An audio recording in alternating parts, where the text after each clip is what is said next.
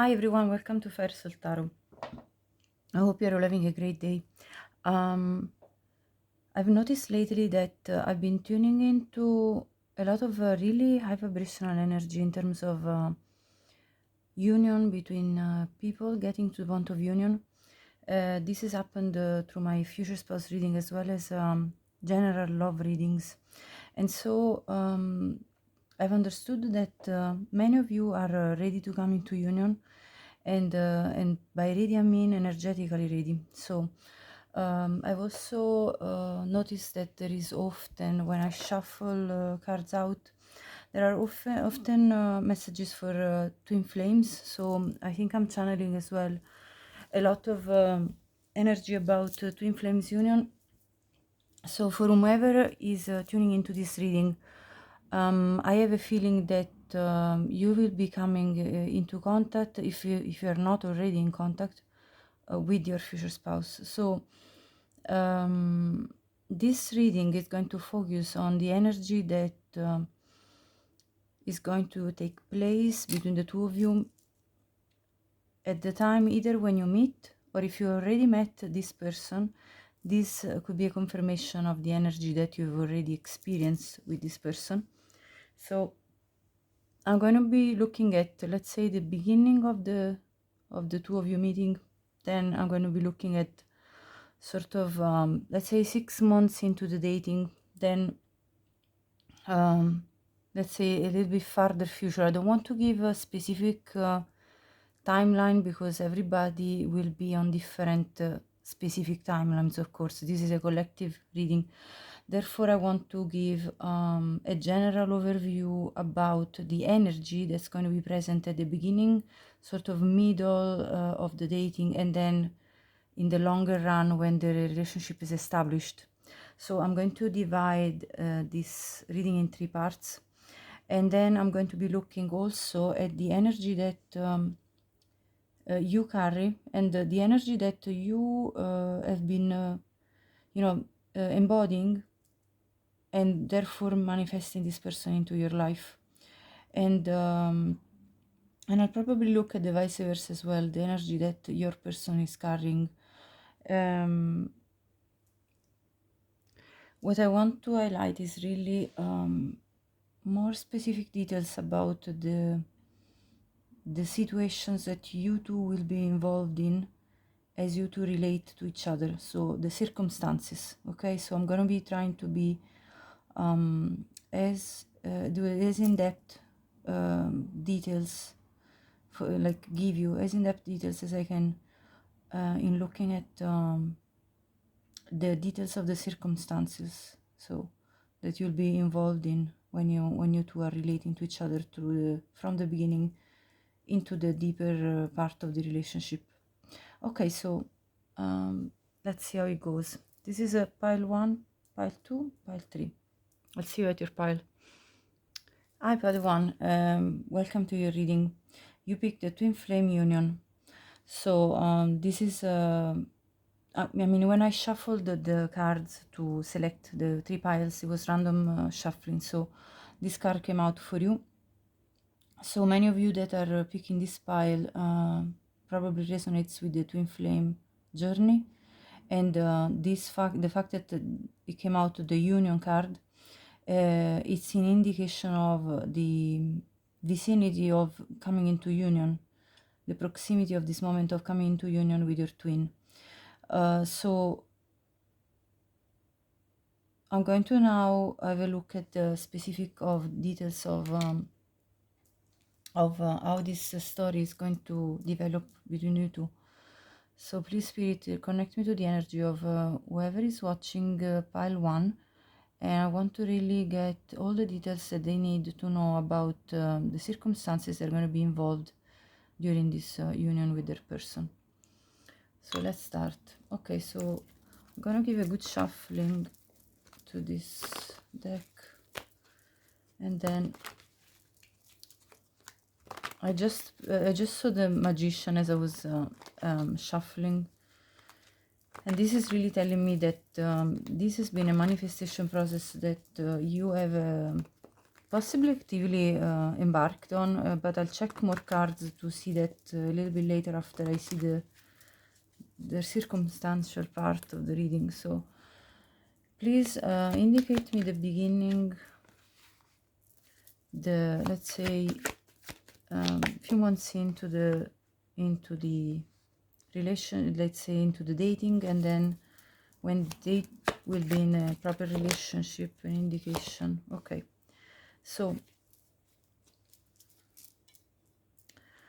at the beginning, let's see, the Eight of Swords. Okay, so I'm not taking reversals for this particular part of the reading. So with the Eight of Swords energy, when you're going to meet your future spouse, the energy that connects you two is this energy of being stuck, sort of paralyzed in overthinking. And I'm not surprised of the fact that this is a twin flame, possibly twin flame union. Anyway, if you're not in the twin flame journey, it could be simply that it's a very high level soulmate that you are getting into union with. But in regardless of the twin flame journey or not, what I see here is that you two are going to be feeling stuck at the beginning, as if there are blockages surrounding you, and I'm going to go deeper into this just to check what kind of blockages we're talking about with other oracle tarot cards. And so that's the initial feeling, being stuck, and these blockages are a lot to do anyway with the mindset, because swords are about thoughts. So you two will have thoughts that are going to create some blockages, and this could have already happened between you two, or if you already have met them, I mean, and this could be a confirmation, or else this is what's going to happen when you meet them. So applies always as it fits. Then few months into the dating, the Fool, you're going to take, both of you are going to take this jump into this relationship. You're going to realize that you do want to take on this new journey with the not this heavy mentality, heavy mind, but with a more free-spirited mindset, ready to enjoy this romance. I see the flower here in the hand of the Fool, ready to really embark on a free thinking and free feeling type of journey, where you're not worried about what consequences you could you could embark on, you could you could encounter. You're not really worried about the consequences of taking action towards beginning this relationship. And then as the relationship progresses, when you're into the relationship, I see the Ten of Wands. So there is going to be something that's going to feel heavy for you two, in order to build, in order to really create something solid. But I'll confirm with more cards.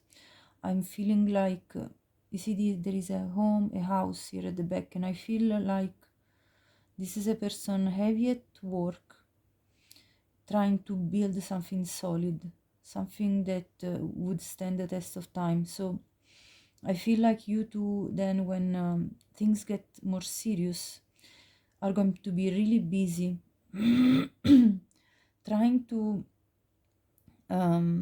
fence. I feel like this is nearly like fencing around this house, protecting yourself possibly from external circumstances, external influences that might affect the proceeding of your union, the stabilization of your union. So this is what I'm feeling so far. So let me clarify. So I'm going to move these two cards on the side, and I want to clarify first the beginning. Okay. Okay, so I'm going to clarify with more tarot cards, and then I'm going to do extra layers on top with other oracle cards. So for pile 1, at the beginning of the story with their future spouse, what is going to occur?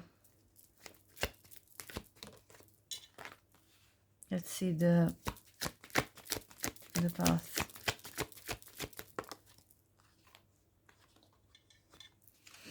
Okay, so we have the Knight of Swords, the High Priestess, the Knight of Wands, and at the bottom the Justice card. Okay. Okay, pile 1. First of all, with the High Priestess at the center of the spread, I feel that there is going to be a sudden recognition of this person. Like, this is the one person for me. So I feel like you two are going to recognize each other straight away. There is going to be this inner knowing that this person is meant for you. And this could have already happened, as I said. I also see, though, two knights. I think you are represented, you the viewer are represented by the High Priestess, and I see two knights here, which tells me that you have potentially, at the time when you're meeting your future spouse, another suitor, another person that is looking for your attention. And I see one person, possibly an air sign, but it doesn't have to be, that's going to be trying to tackle the blockages and the overthinking that has been keeping them stuck from proceeding with you. And I see another person, and I feel like more fresh energy from this person, possibly a fire sign, an Aries, Leo, or Sagittarius. It doesn't have to be that will want to pursue you passionately, but because they are extremely intrigued by your energy. They are very allured and attracted from your wisdom. I mean, yes, this is a passionate, knight, but what's attracting them is this halo of mystery, this energy of yours, of somebody that knows more than they actually show or they say. And with the justice, I heard something's got to give. So I think you could be possibly leaving behind an old person, and this could have already happened, that was not really suitable for you, and you're going to welcome this new person that's coming in. So this is what I'm gathering so far, but let's go deeper. Let's clarify on top of these cards with these other keeper cards. Please, Spirit, clarify the Eight of Swords,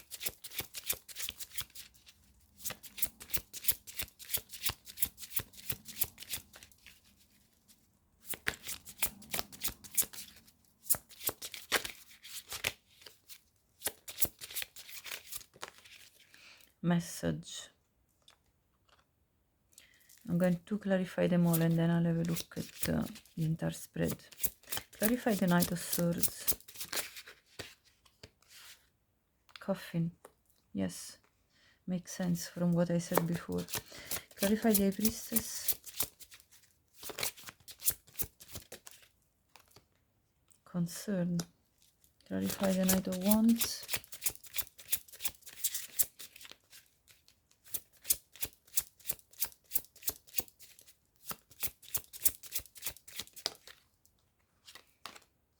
Lovers. Yes.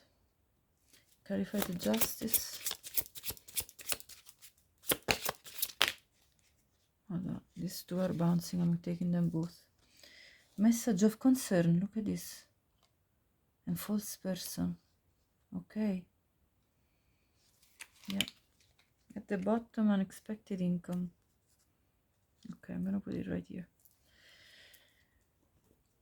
Okay, I'm going to put this unexpected income side on the side for just to show this. So what I feel here is that you are going to be in communication with this past person, giving them a message that telling them that you want to end, that you don't want to let's say restart anything with them, that you want to put this relationship to rest with the coffin card. And because you see, this situation was still bringing you concern, was still making you reflect on the past. You felt like energy from this past person hadn't cleared out fully in your from your life, so you needed to communicate in order to finally conclude this old chapter.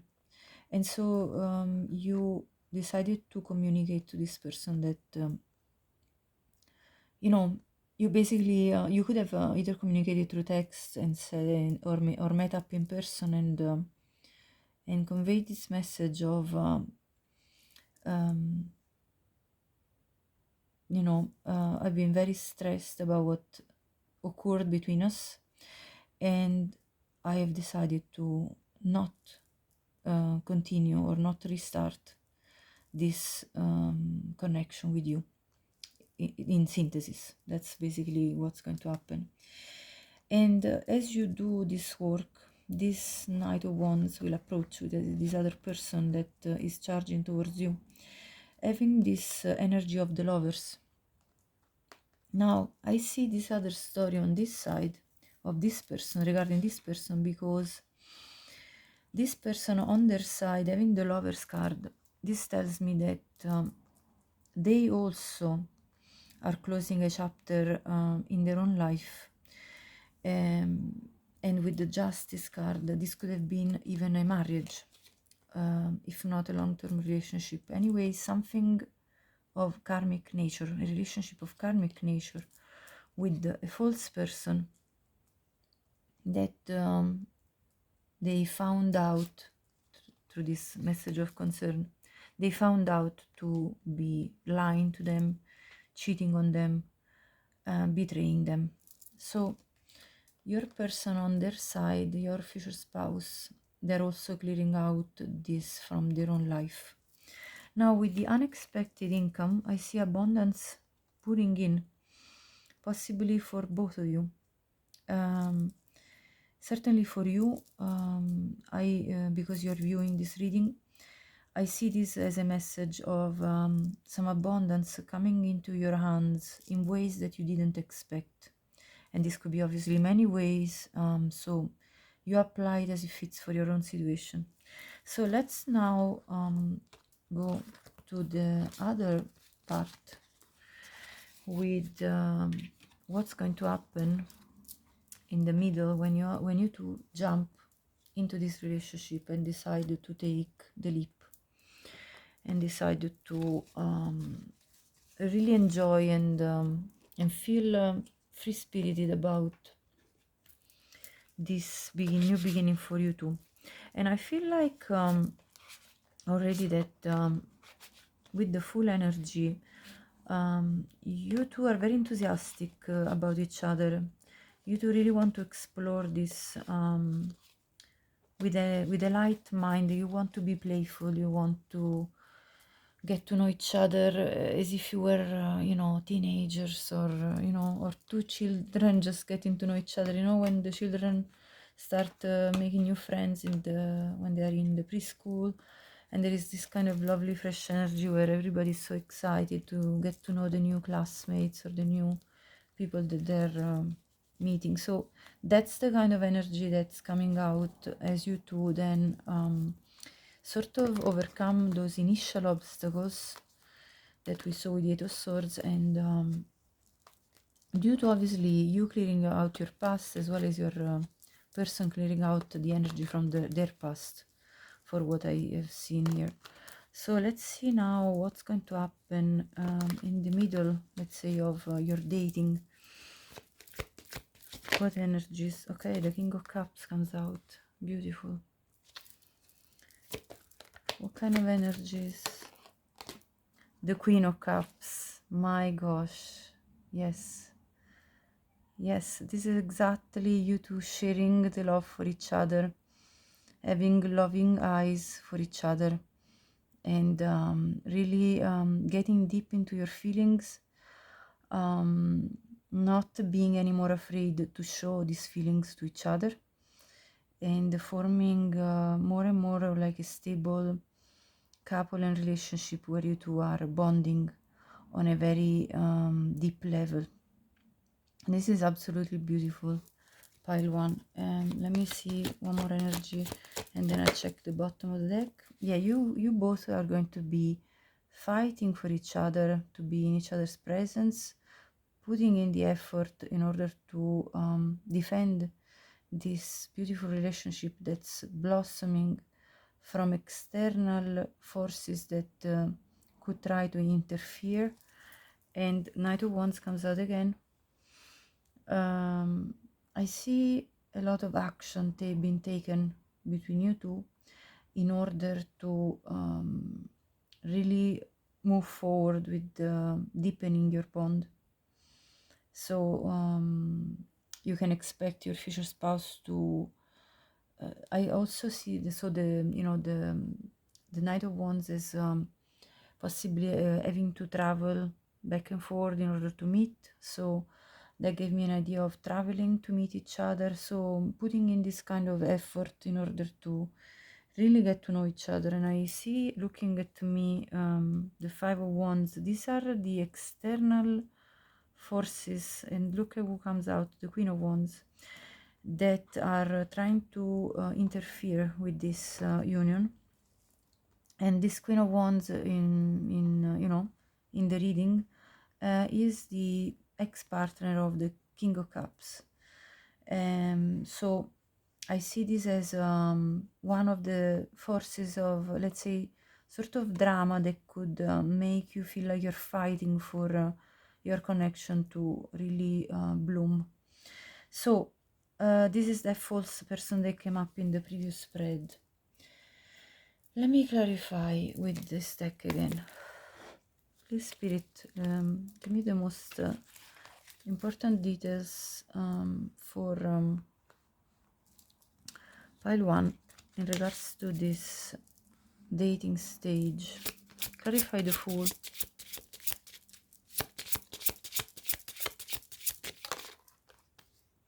False person comes out again. There you go. King of Cups, clarify. The High Honor. Yeah, I love that. Queen of Cups, clarify. The House. Clarify the row with the Seven of Wands, Five of Wands, Queen of Wands. Sudden Wealth. Knight of Wands at the bottom. Let's see the bottom. Child. So what I see here is that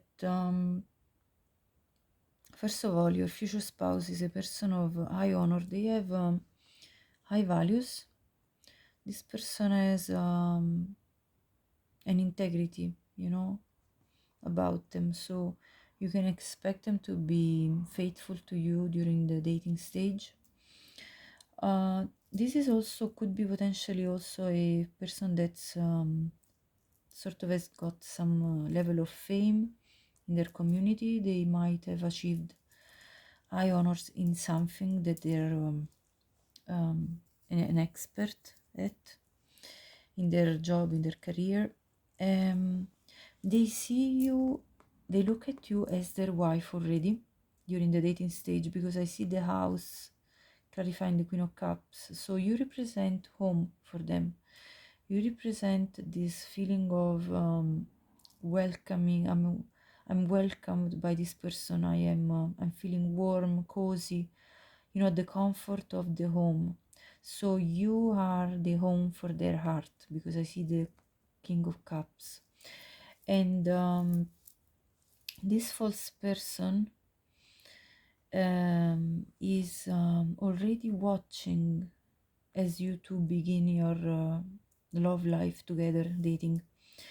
This person has got their eyes on this situation that's evolving. With the Fool clarified by the false person, they see that their ex, their spouse or partner, is embarking on a new journey. And then I see this sudden wealth that clarifies this row. Now, this to me, it means that this false person represented by the Queen of Wands will actually think of the situation as sort of winning the jackpot. In which way? They will try to use somehow the fact that their person is connecting with you, that their ex is connecting with you, right? As a way to achieve sudden wealth, sort of an easy gain of money. And so I want you to be aware of this cunning presence here, okay? Because it sounds to me like somebody that is capable of manipulation in order to gain something for themselves. And then I see the child. So clarifying the Knight of Wands, I see the child. Now this tells me that your future spouse has already got at least one child, if not more, that they need to look after, and that they're going to be busy with the Knight of Wands, looking after the needs of this child / children. So I see their energy being also involved, absorbed in this kind of activity, okay, looking after their children. This could also be meaning as well, if that resonates with you, that you could have already a child and that you also will have to look after your own child as this relationship progresses. So this is what I'm getting during the dating stage. Okay, so let's move on to the part when your relationship solidifies further up in time. So I'm going to now clear out this spread and I'm going to have a look at that. Let me do a good shuffling. Okay, so let's see the progression from the Ten of Wands. Please, Spirit, clarify what are the energies when the relationship will progress. Death, the world. At the bottom, Three of Pentacles. And then I see the Ten of Cups coming out again here after the Three of Pentacles. Okay. Okay, so we saw previously the Five of Wands with the Seven of Wands, and the Ten of Wands is here now. So I see you two trying to actively remove blockages, remove obstacles, dropping burdens from the past that will cause some sense of loss or discomfort emotionally, okay? But the love of you two is still present throughout this process. So regardless of what's upsetting you over the course of the dating and getting to know each other, and the love is very profound and deep, as we saw the Queen of Cups and the King of Cups, there is going to be some, let's say, external third-party influence here, because I see the Three Cups spilled. And so there is this external influence that's sort of upsetting emotionally, but what I like to see here is that with death and the world, this is going to end. And a new cycle is going to begin. A cycle of true partnership where you and your future spouse build together as a team in very concrete manner with the Pentacles.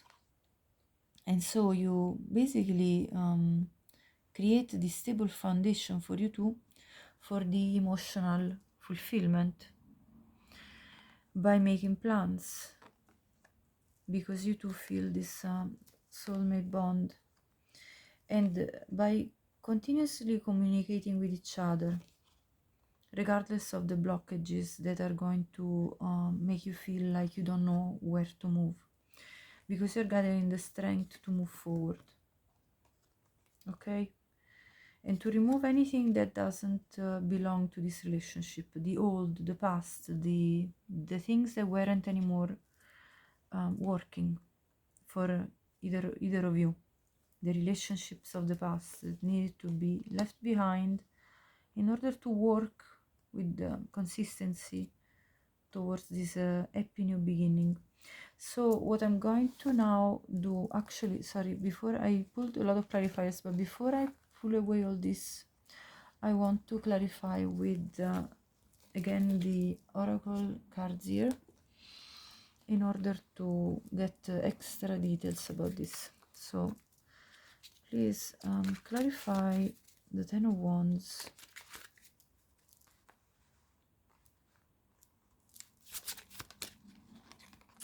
community. Yes, I'll tell you now what I see. Clarify the Five of Cups, please. Official person. Clarify death, gift. Clarify the world, wealthy man. And at the bottom, marriage. Amazing, honestly. And there is a number 3. Okay, so look at the synchronism of this. The 3 of Pentacles and number 3, marriage card. I love this. Okay, so let's see what we can see here. First of all, I see you two working hard with the Ten of Wands to put to rest and drop the burden of feeling judged by the community around you, because if this is a person that's ending a marriage, you know, this could create a real storm in the community. Like they, you know, people could be talking and saying, well, you just got, let's say, divorced. Are you already involved in with somebody new? That's too quick. You know, people could throw judgment at the situation. And, you know, or if you, the viewer, came out of a marriage already, that could be towards you as well. So take it as it resonates anyway. Take your position in this reading, as always has been said. And with the Five of Cups, I think your person is going to really try to stand up with their integrity to you, to make you understand that the presence of this person from the past is not going to interfere with the love that they feel for you. That they want to put this once and for all to an end, and that you don't need to worry about them, let's say, betraying you with the ex-partner, or, you know, physically, even just only, or things of that sort, that you can trust in their integrity, that you can trust in their high values. And then I see death with this gift. I see this as first of all, the gift of ending the past situation once and for all. So this could be, if it's the case of ending another marriage, this could be the gift would be the divorce papers, you know, completed, that this person, your future spouse, is a free man or woman. And apply it for you again, if it fits for you that you are the one getting divorced, or anyway that you close up the relationship, the old past relationship. So that's the gift that I see. But also the gift could be a proposal, you know, of engagement with a ring, but I'm going to clarify with another deck. And because then I see the marriage, so this gift could very well be the gift of an engagement ring. I also see a wealthy man, so This is your future spouse represented here in this very stable and grounded energy of the official person as well as the wealthy man. Official person could also see a judge, somebody that's giving, you know, it could be a solicitor um, helping with the divorce papers, if that's the case, as is coming out more and more. And with the wealthy man card, this person is very abundant. They have a lot of prosperity that they want to bring to you. They want to give you the world. They want to give you everything that you desire. And then, of course, we have this Three of Pentacles with the marriage card, which really represents you two getting married and forming this, you know, coming into union and forming a stable relationship, partnership where you two cooperate as a real team, you know, like a proper union. So this is what I see here. Pretty amazing. Let me just clarify with the Lenormand cards. Please, Spirit, clarify the Ten of Wands community card. Compass. Clarify the official person with the Five of Cups. Yes.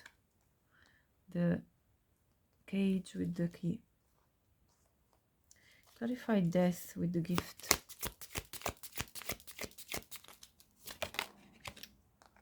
The book. Clarify the wealthy man with the world.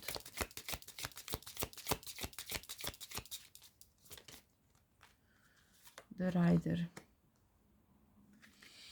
Clarify the marriage with, look, the divine feminine, amazing. Right, so at the bottom I see the fox. And this is interesting because I feel like the fox presence clearly is talking about this past person that was the ex of your future spouse, and that is this cunning person, you know, that you need to watch out. So this is a bit of a warning of this past person's presence, but I'm gonna put it on the side here and I want to discuss about this. So you two are going to find your direction in terms of how to relate to the community around you, to make them understand that you two want to be together and that this is the right thing for you. And so this would mean that by finding this direction, you'll be able to drop the burden of other people's judgment in the community. Also, I see, very interestingly, that this official person, possibly a lawyer, a judge, a solicitor, somebody that is going to represent the key to unlock the possibility of you two experiencing your love with the Two Cups here.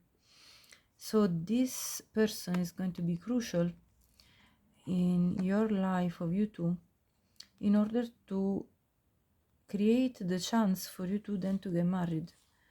Because otherwise, if you know, if the divorce of your future spouse with their past person wouldn't proceed, this wouldn't unlock. So this person is going to be key to unlock the possibilities for your future together.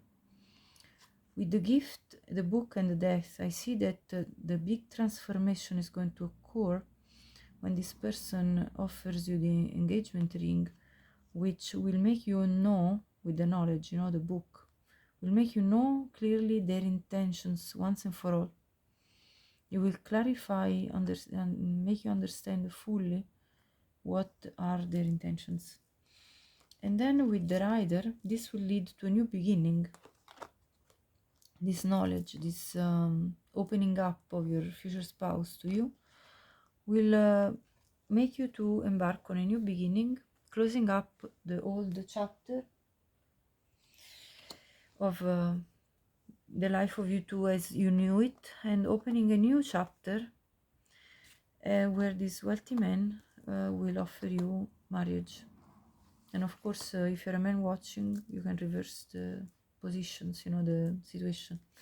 But majority of the people watching me are women, so I'm going to talk in this kind of way. But of course, if you're a man watching, don't feel excluded. Just place yourself in this spread as you need to do. And then the marriage will happen because this person understands that you are the one, their divine counterpart, the person that they were looking for throughout the entire life. So it's very clear, you know, it's coming out really, really clearly. Now, any of these numbers could be important to you, so I'm just going to read them for your own, you know, for, you know, helping you out with reading them in case they're not very clear. So there is 39, 22, 17, 13, 3, 42, 33, 8, 26, 10, 1, 9, 29, and letter A. So any of these numbers of letters could be relevant to you as a date of birth, month of birth, initials, or it could be a life path journey. And there is also number 14 and 9. So let's now move on to the next part of the reading. So now I want to tap into some very, you know, high vibrational type of messages in terms of what kind of energy you will be bringing when you are meeting your future spouse, or if you already have met them, what energy are you embodying currently. And then I look at your future spouse's energy, and then the connective energy when you two will let's say come into union. Okay, so what energy does pile 1 embody? The viewer, heart chakra, very beautiful. You are very open to receive love, and this is really, really important, because that's exactly the message I said at the beginning. You are ready for union, and you are calling in your counterpart because your heart is open. So that's very beautiful to see. And let's see what about your future spouse. Compassion. Wow. So your future spouse at the time when you two meet will bring this energy of compassion, which means that they are really forgiving and you know, letting go of any anger, resentment that they might have accumulated in this past relationship I see coming up, and embracing a more compassionate energy where they understand the value of what they've learned through that experience, and that they embrace now these heart-centered feelings of compassion. So you two bring forward a very similar energy for what I can see here. The green of the on these cards really tells me that you two are mirroring each other, which doesn't surprise me, because you two, if you resonate with the twin flame journey, you are mirroring each other, and this is why you're coming into union. So this is very interesting to see. And what is going to be the connective energy I want to see between you two with this union? Show me the connective energy of pile 1. Delight. Wow, it's very beautiful. So you two are going to really turn each other on, I heard, and really be the highlight for each other, like this very luminous presence in each other's life, you know, like the sunshine for each other. So you two are going to burst of energy when you two come into union. So burst, like your energy is going to like really have this, how can I say, yeah, you're going to magnify each other's energy.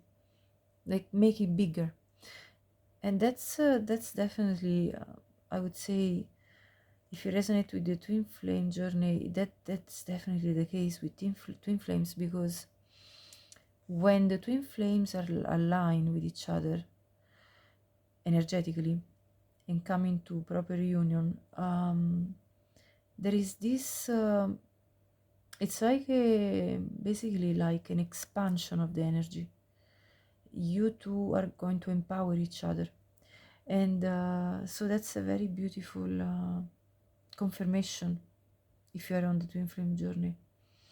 Okay, so I'm loving this reading very, very much. So I want to see now more about this. I want to see how did you manifest this person? What kind of you know, again, what is it that you worked on? Let me see. For pile one, what is it that you overcame? What is the journey like that you took in order to arrive to this union point? Eight of Cups. You removed yourself from things that weren't anymore resonating with you. People, places, situations. Anything in your life that wasn't anymore emotionally satisfying you, although it did in the past. You had the courage to move on from what was known and satisfied you at one point in time, but then ended up not satisfying you anymore, and you felt this urge to move forward, to explore further, to go up on this journey that was not easy, because this is an ascension process. So you ascended and you put in all the work that was needed in your emotions internally. You put this work of discovery of yourself, discovery of what is the, you know, your life purpose, your what is it that really satisfies you, in order to really embark. Oh, gee, this really jumped. The artist, yes, in order to really create the world that you envisioned, the world that you dreamt of, the type of life that you always wished for and desired. And with the Six of Pentacles, you feel now very balanced. I see the scale here. You have reached this point of balance where you only accept people that give you as much as you give. So it's like, you know, people that can bring reciprocity to the plate. And so you have really learned not to overgive. You have learned to have some healthy self-love, you know, because you're not draining anymore yourself for others. This is what I'm gathering here. And you have overcome these feelings of dissatisfaction that were really bothering you at times, like the frustration, the dissatisfaction that you were feeling. So you overcome a lot for what I can see here. I want to see more how you did this, and I'm going to have a look at this deck for this. For pile one, how did pile one do that? Clover. Yes, you released any form of guilt, sense of guilt.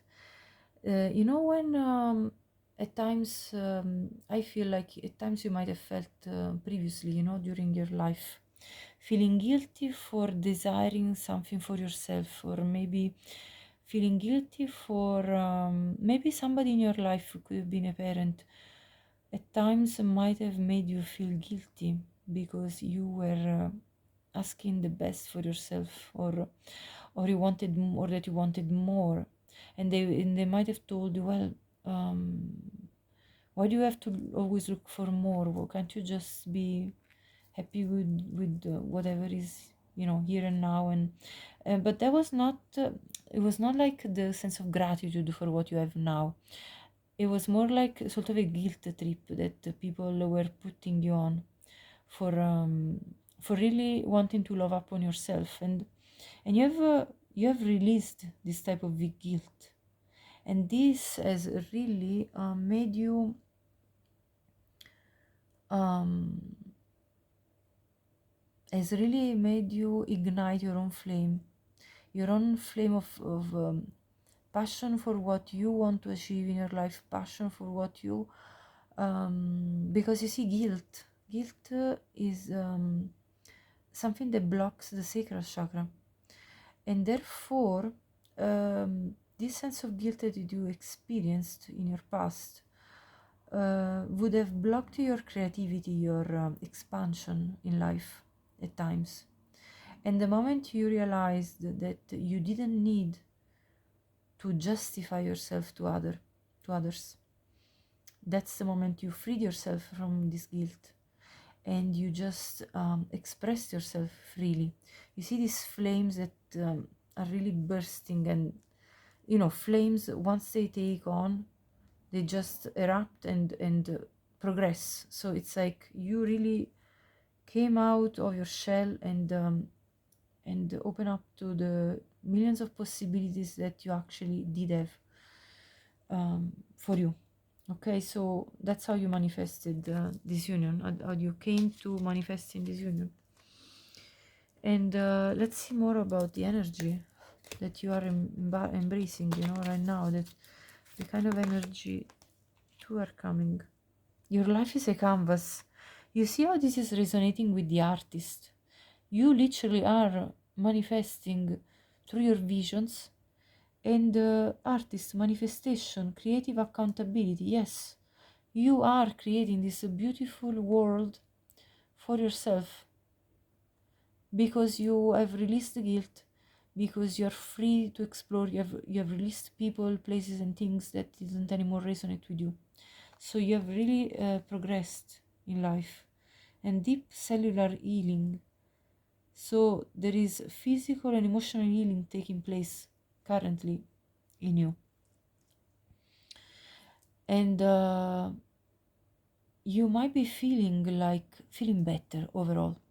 You might be feeling like that your health is improving, your mental health, your emotional health, your physical health. So that's very good to see, you know. I want to see more. How did you go on about this manifestation? Hold on, some cards are twisted. There. Please show me how pile 1 did it, is doing it, manifesting this union with their spouse. Perform a random act of kindness by being kind to others, by showing up every day in a kind manner, self-aware of the consequences of your actions towards other people, and purposefully choosing to act, to do random acts of kindness with the people around you that are present in your life, that appear in your life. So you're in this beautiful energy of open heart, giving, but not overgiving at the same time, because you've learned the importance of balance. It's very beautiful, pile 1. I really want you to give yourself a, you know, a tap on the shoulder, because you made you did a lot of work. I can tell from what's coming out. You really worked on yourself and on a deep level. Well, how did you do it? I release negative thoughts about myself and my life. Yes, number 13 comes out again, to be very relevant to you or for your future spouse. Yes, you are in constant release of negativity. Like, even when things get difficult in your life, you are practicing this skill that you have built and learned in your life of releasing negativity, of freeing yourself from the debris of life, the fog, the cloudiness of mind. You know, you are learning how to rest your mind. It's beautiful. You are this light being. So I'm not surprised that, you know, you are a twin flame. If you, of course, if that resonates with you. Let's see more. How did you do it? Pile 1.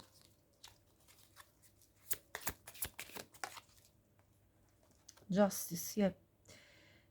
Sekhmet. Number 17. You brought justice to yourself. What's fair is fair. You said to yourself, what is meant for me is going to appear in my life. And I'm going to accept it with my full open-hearted energy. I accept the blessings that I want to pour in my life. This is the type of ascension process that you've embarked. And I'm going to take one last card, actually last two. I'm going to check 2 more decks. And then this will be the end of this reading. So for pile 1, what is it, Spirit? That pile 1, how did they manifest this union? Or are they manifesting this union with their future spouse?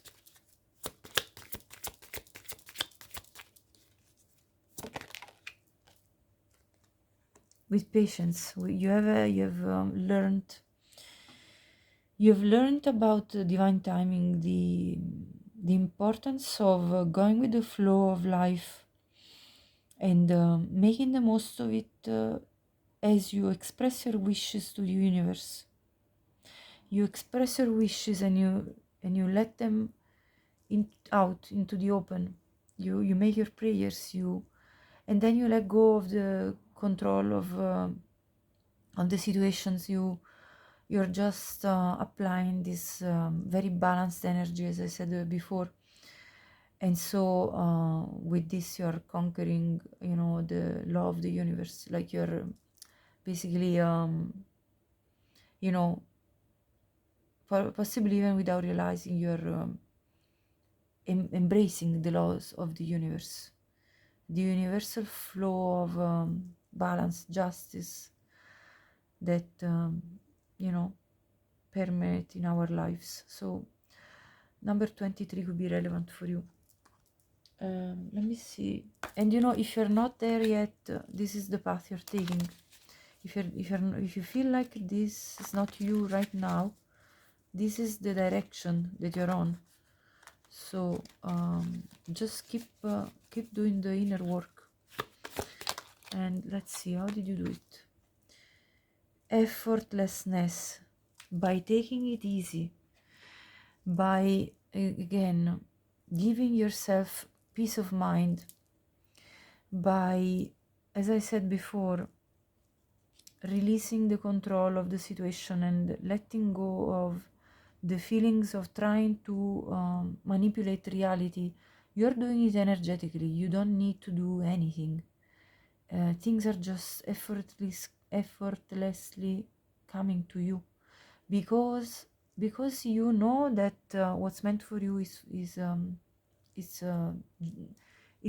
know, what is fair is fair. As I said before, what's meant for you is not going to pass you by. What's meant for you is coming to you, and this is how you're doing this.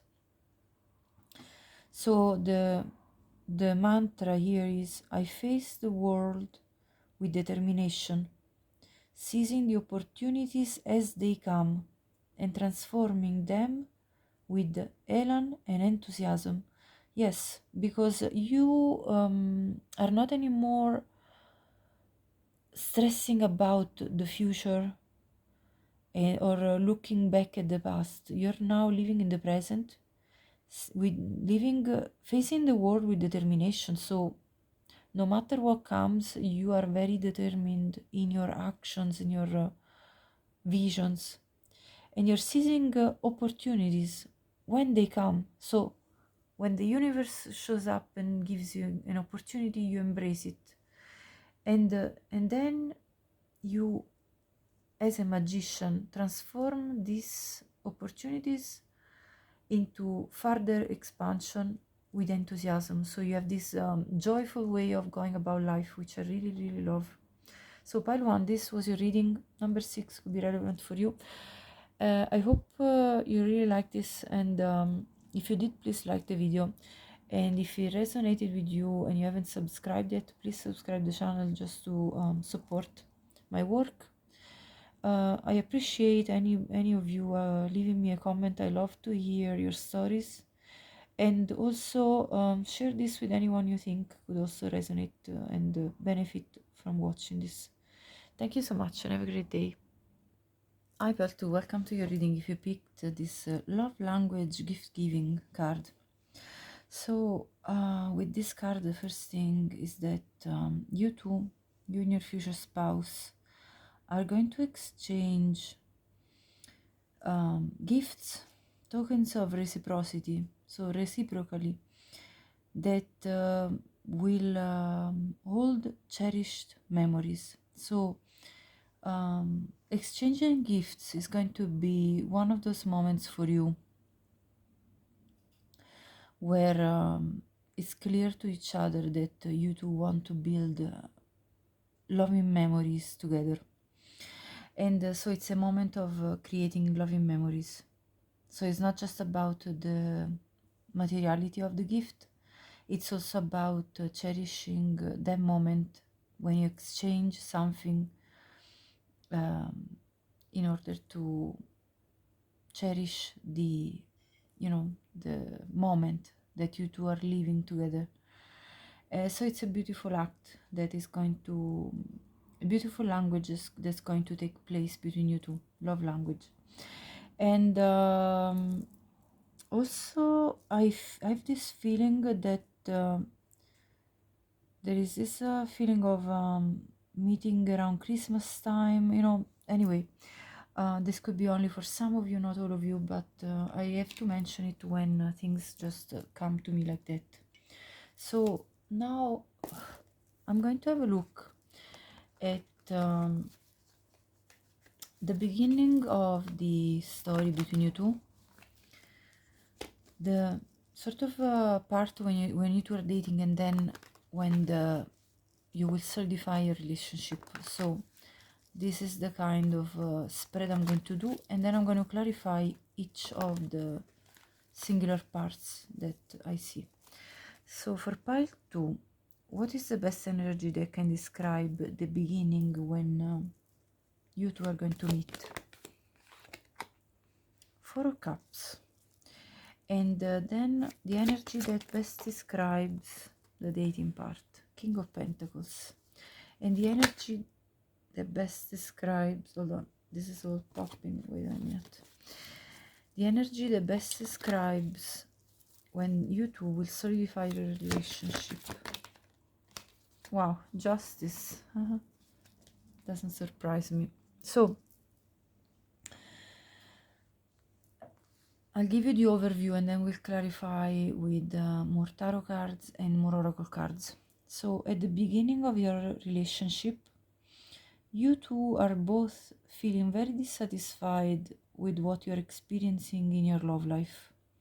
So meeting each other is going to represent a gift from the universe of love, of new love. As I see this cup of love being presented by the universe, which also right now gives me the idea that you two will have really like a serendipitous way of meeting, like a chance meeting, sort of unexpected, as you two are in this dissatisfied energy. But with the King of Pentacles, I see during the dating, again, the gift giving comes out again, because the King of Pentacles is someone that wants to offer in a very practical and material way to the other person in order to show their love. So your future spouse, you can expect them to be somebody wealthy, somebody with, or anyway, somebody generous with their wealth. Someone that anyway has got this grounded energy. They could be an earth sign, you know, Capricorn, Taurus, or Virgo. Doesn't have to be, it could be in their birth chart anyway. And you can expect them to want to provide for you, offer to you, give you gifts, and invite you out for for very good dinners, you know, and invite you for maybe travels and trips together. For I heard lavishing. So basically, lavishing, like, I feel like this person will want to really spoil you in many different ways while you're dating. And yeah, there is just this sort of splurging on you, this feeling of really loving to spoil you, basically. And then with the Justice card here, that represents when you two make your relationship more stable, you know, when you two are stabilized in your relationship. This is a representation of the marriage, because Justice in a tarot spread often represents the official papers of marriage, you know, going in, you know, in an official ceremony. For in this case, we're talking about a future spouse reading, so getting into union in a marriage. So that's very clear. Now let's go deeper and find out more. So let me clarify the beginning stages when Pile 2 is going to meet their future spouse. Please give me the most concise and energies and precise path. The Empress. Wow, this is you. The King of Swords. And at the bottom, the Queen of Cups. I'm going to clarify because now I see two feminine energies in the spread, and the King of Swords, which represents your future spouse. So at the time when you will meet your future spouse, I feel like with the King of Swords that your future spouse is probably cutting off from their life this past person, the Queen of Cups. And they're going to feel very attracted to you because you're represented by the Empress energy, which is the one, the utmost beautiful, gorgeous, feminine energy you could possibly encounter. The person that you see yourself wanting to marry. And so I feel like your person is going to complete the cycle with a past person, and possibly water sign, but it doesn't have to be. And starting this journey with you, embracing this beautiful fertility that you bring, this sense of expansion that they feel with you, the fact that they feel that you are powerful in your energy, and that you embody all the qualities that your future spouse has been looking for in a woman. If you're a woman, take it as it resonates for you. Anyway, you represent the embodiment of the highest feminine energy. So let me clarify with this deck. For pile 2, what is the clarification for the Four of Cups? Courthouse. Okay, so now take it if it resonates with you, if you already know this person, or if you when you will meet them. But Courthouse tells me that there is something either in your life or your future spouse's life that requires some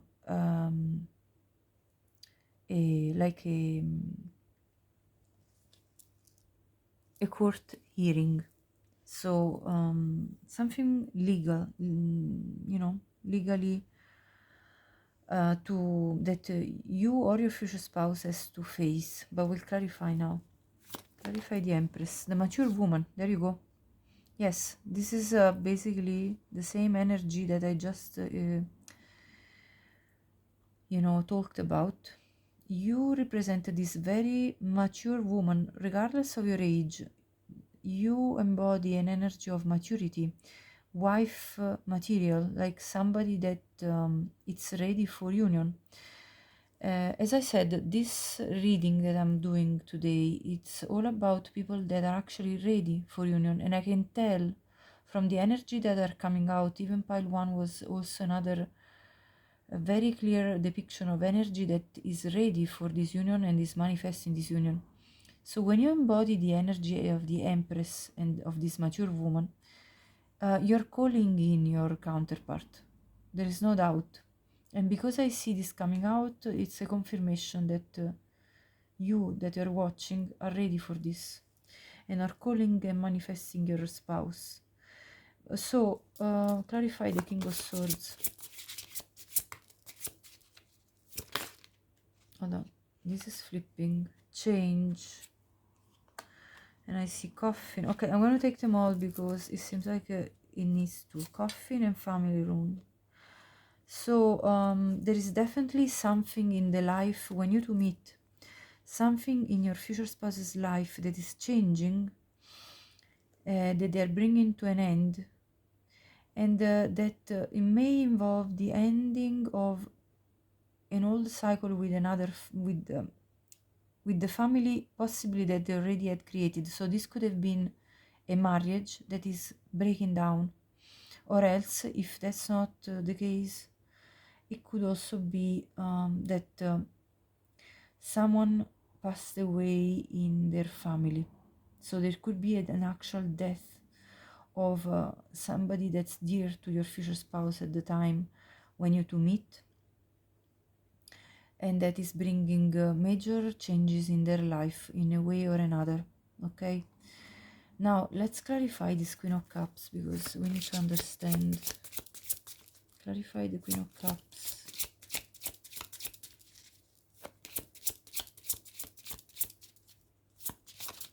Because this could be even the person that's passing away represented here. I don't know. I'll have to have a look now with another clarification. Clarify the Queen of Cups, please.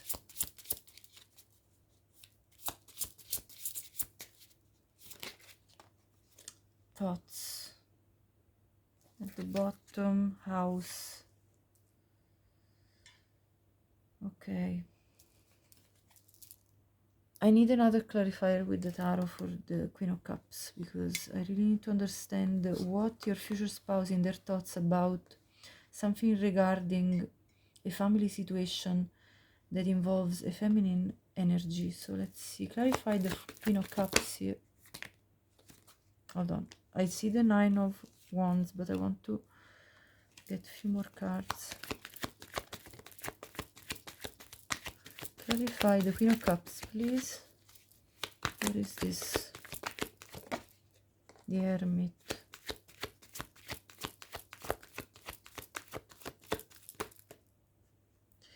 Two Wands. The Lovers. The Star. Yeah, this is a past lover we're talking about with the Queen of Cups, from whom your future spouse, at the time when you two meet, your future spouse is retracting their energy with the Hermit, because this person hurt them and made them feel like they needed to defend themselves, and that they needed to make a choice of closing this relationship in order to heal, in order to resolve their own feelings with this person. So I see a breakup. Maybe even if they weren't married, although I see the courthouse, so this could be also divorce. Maybe they anyway were sharing, cohabiting. You know, if they weren't married, it could be that they were cohabiting already. Because I see the house here and the family room and the coffin and the change. So your future spouse will be going through major shifts in their life when they are meeting you. And yet they're going to be very attracted to your energy, which is very powerful. I'm going to have a further look at what did this person do to them, because I see them being hurt. So please clarify. I'm going to clarify with this deck. What is it that happened, okay, in the past? Hold on. Between the King of Swords and the Queen of Cups. Let me clarify what happened. I'm gonna just move this over like this just because of space reasons.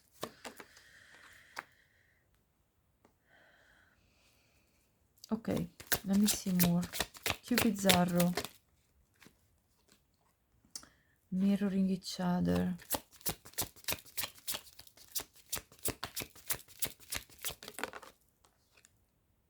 Phoenix. Yeah, cutting ties. So this is telling me about you two. When you two are going to meet, your future spouse is going to feel struck by the Cupid's arrow. Basically, struck by love. Struck by love. And what they came out of was that they went into this healing process because this other person was most likely a karmic lesson for them, a karmic experience where they learned a lot by mirroring each other. With this person, they brought a lot of introspection to each other, but they're cutting ties with this past relationship and moving on, and they then are rebirthing in their life and rising from the ashes of this old relationship and bringing renewal to their own life. And this is what opens the door to meeting you, because I also saw date at the bottom, coffee cup, so meeting and talking. So you two are going to meet possibly around a coffee and drinking, sipping on a coffee and getting to know each other. That's what I'm seeing. And this situation from the past, your future spouse is becoming cold and detached from, for what I can see here. Now let's go into the dating. So your future spouse during the dating will present himself as this very stable, grounded person that will want to offer you a lot, as we said. And let's see more. Please, for pile 2, I'm feeling like I need to shuffle a bit more. Okay, for pile 2, what is the dating going to look like? King of Wands. Okay, well, 2 of Wands and the Lovers is flipping again. And at the bottom, the Knight of Wands. This person is going to pursue you relentlessly and with passion.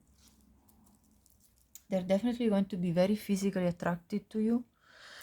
They're going to try to show you that they are stable and capable of offering you a solid commitment.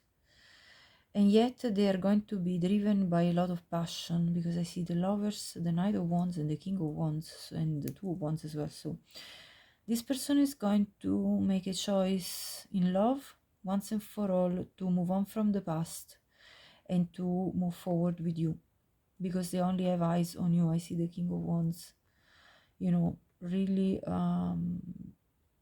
determined, and the Knight of Wands as well. So this person is going to be taking a lot of initiative towards you in terms of pursuing you actively during the dating. But let's see, let's clarify more.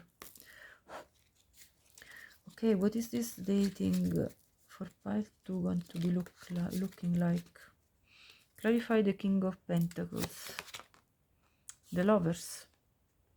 Yes, this person wants to show you love, their love offer, by giving to you a lot, giving a lot, yeah, a lot of little gifts, a lot of invitations to dinners, to, as I said, trips, going out, enjoying time together in very many different ways. They're going to find many ways to spoil you, as I said. King of Wands, clarify the King of Wands. Privileged lady, this is you again with this Empress energy. 12 comes down to 3 when you, so it reduces to 3 as a number. This is again the Empress energy, because they have their eyes on you.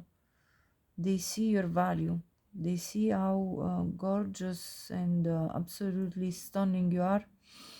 They don't want to miss this opportunity with the King of Wands.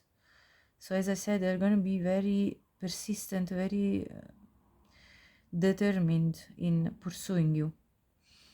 Clarify the Two of Wands, this choice. Clarify the Two of Wands.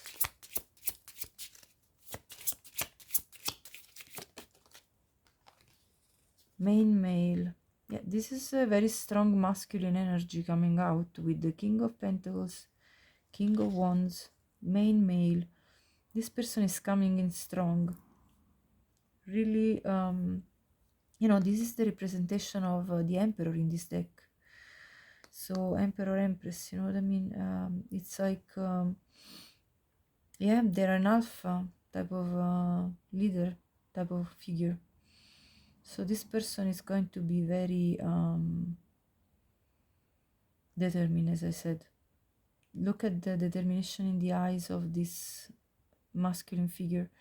It's really like, I know what I want, I'm going to get it, and nothing can stop me. This is what I'm getting here. Yeah, absolutely. Let's see, clarify the Lovers.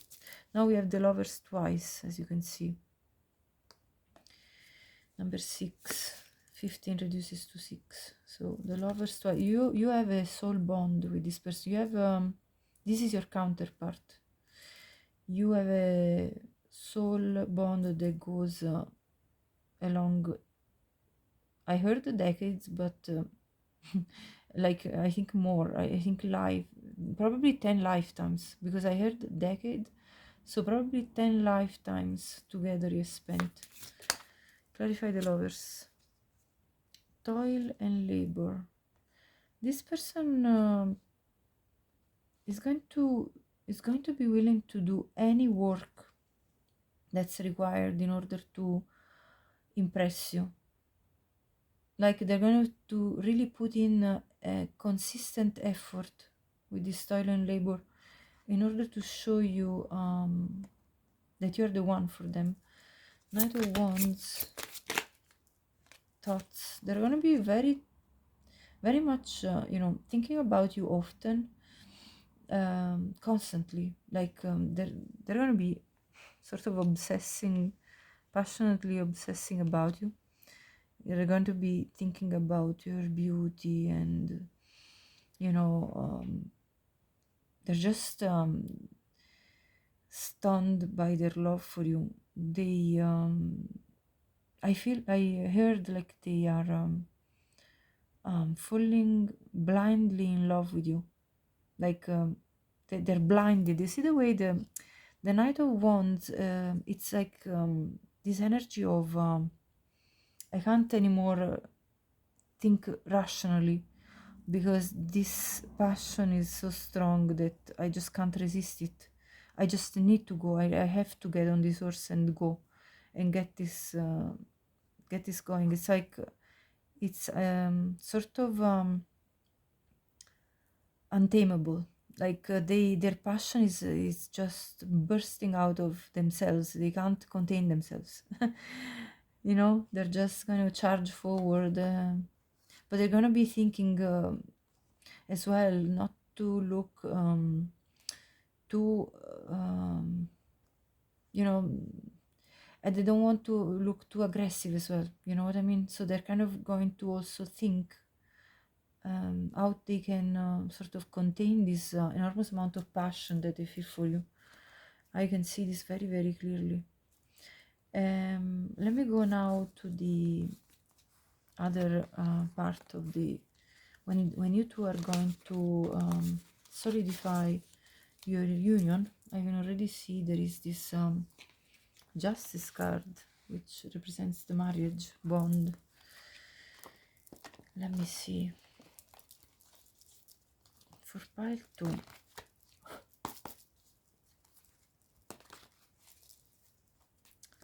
what is this relationship solidification going to look like? The 9 of Pentacles, yeah. What else? The King of Cups, beautiful. What else? 10 of Wands. Wanted to come out at the bottom, 9 of Wands. Okay, I need to clarify who is the 9 of Wands energy, because I see 9, 10, and the King of Cups. I think this is your future spouse's energy. So I'm going to clarify anyway, but okay, so this is when you two solidify your relationship, and this is you represented with the 9 of Pentacles now, that from being single are going to be offered marriage from the King of Cups, your future spouse, with the Justice card. And I see this progression of 9, 10. So your future spouse, from being self-protective, because I think the, you know, the for as much as they have this drive towards you and wanting to pursue you because you are absolutely stunning in their eyes, they do have had some, I see some trauma emotionally from the past situation, and therefore they're going to want to drop this burdening, you know, the burdens of the past, in order to begin something new with you, completely different. And so I see them freeing themselves from this self-imposed cage of protection and deciding to gather up all these wands and putting them down and freeing their heart, because they're coming out now as the King of Cups. So finally expressing fully their emotions to you through this proposal of marriage. So I want to now clarify with this deck, and then I'm going to clarify also with the Lenormand deck, just as I did for pile 1. So please clarify the Justice card for pile 2.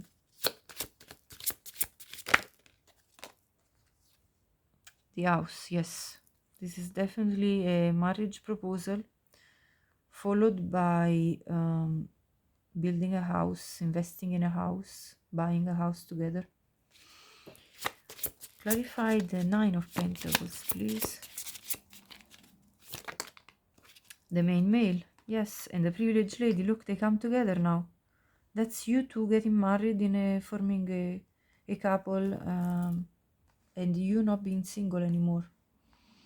This man, if it's a man you're looking for, and put yourself in the equation if you're a man instead watching, this man wants to bring you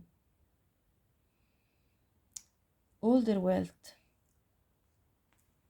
They want to make you feel like a privileged lady, like that you have everything that you need, that they can provide you with everything that you need, because I see also the house here.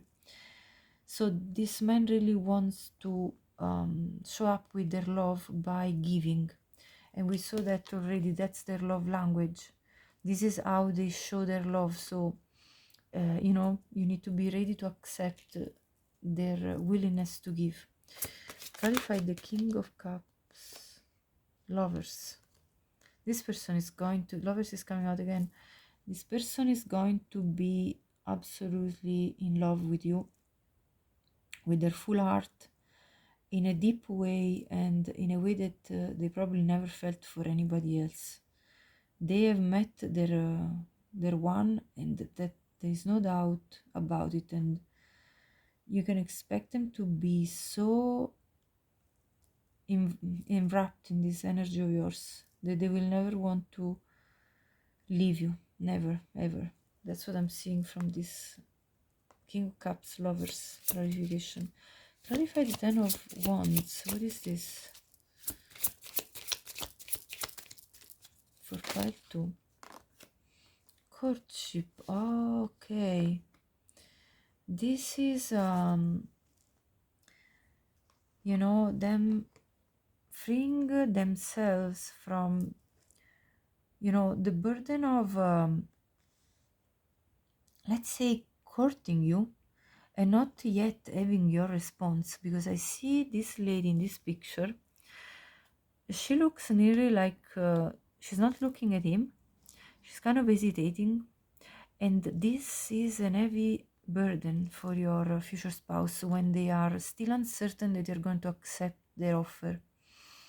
So I see that when you two are going to finally get engaged and married, this is a relief from your future spouse, because finally the courtship phase is over and they finally can have what they wanted fully, without having to worry anymore if you're going to abandon them, you know, or things of that sort. So this is what I'm seeing, and this probably stems from the pain of the past situation with their previous partner. Let's see.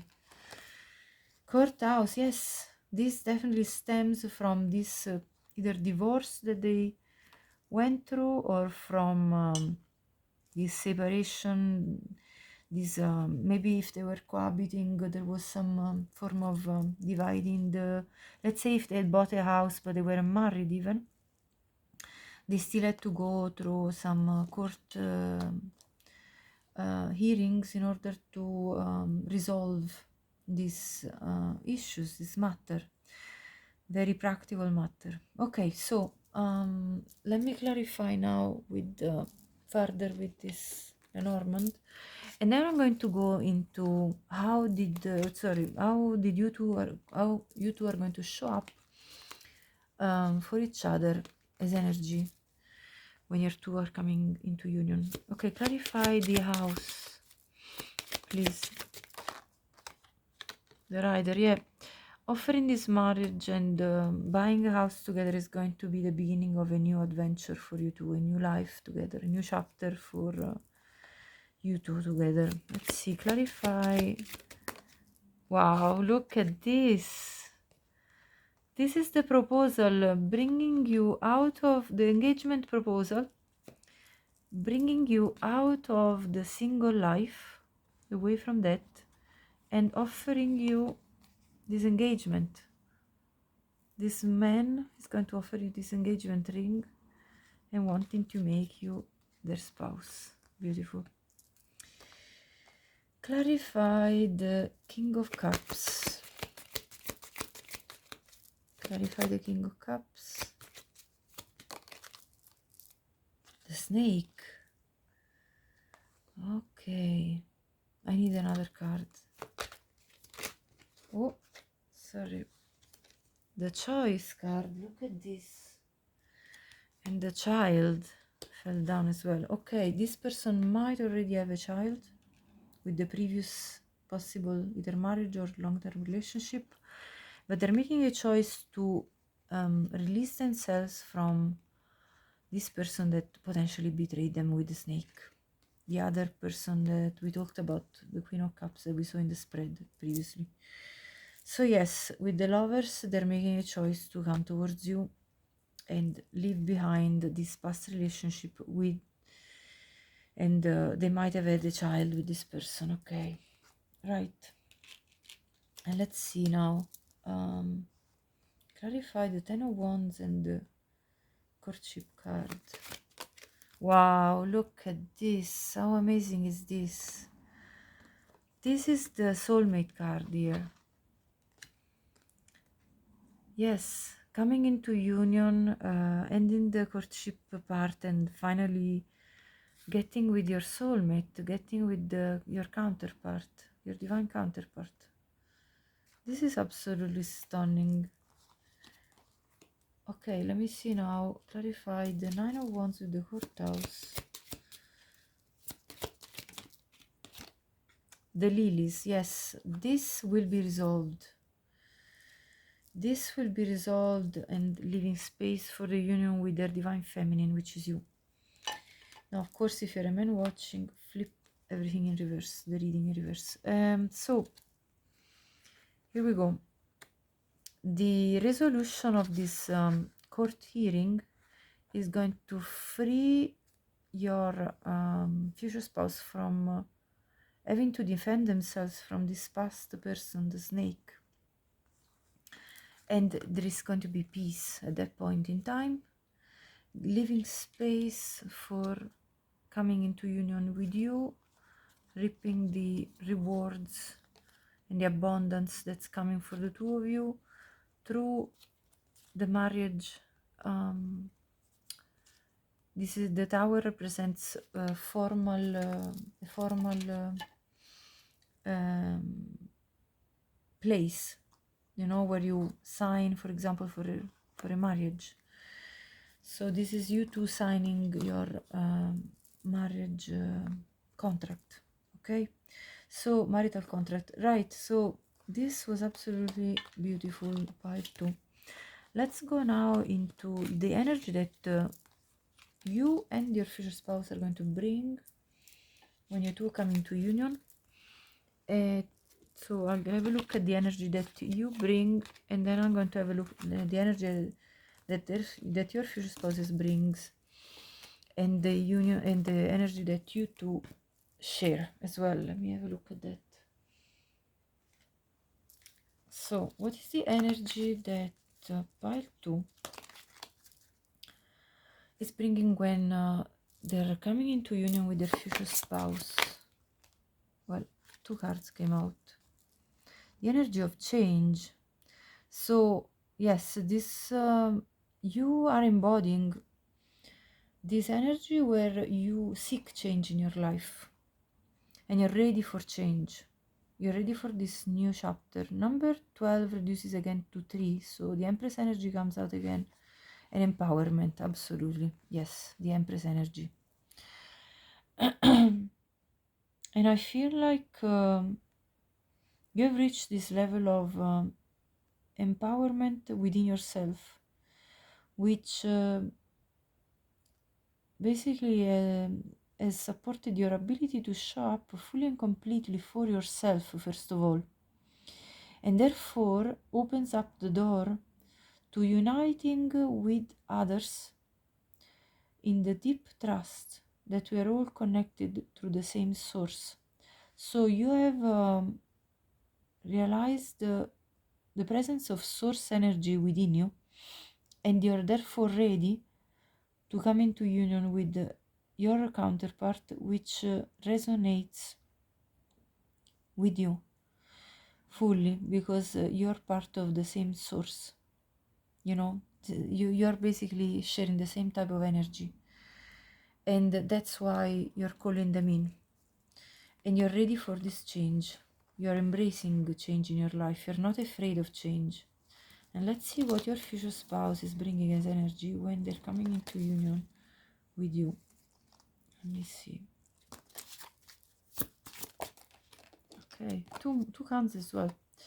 Universal love and conception. Yes, so again, this is very much a similar energy, the universal love and the empowerment love, because the empowerment love is this sort of anima mundi type of energy, where we understand we are all part of the same source, and universal love is the expression of the love that pervades all beings.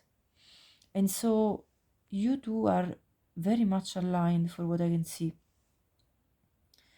Yes, because the universal love is the energy that activates the connection we feel with each other, to our planet, and to all of existence itself. So that's the energy your future spouse is bringing. You might be seeing 44. 26 could be a relevant number for you, or 12 or 16.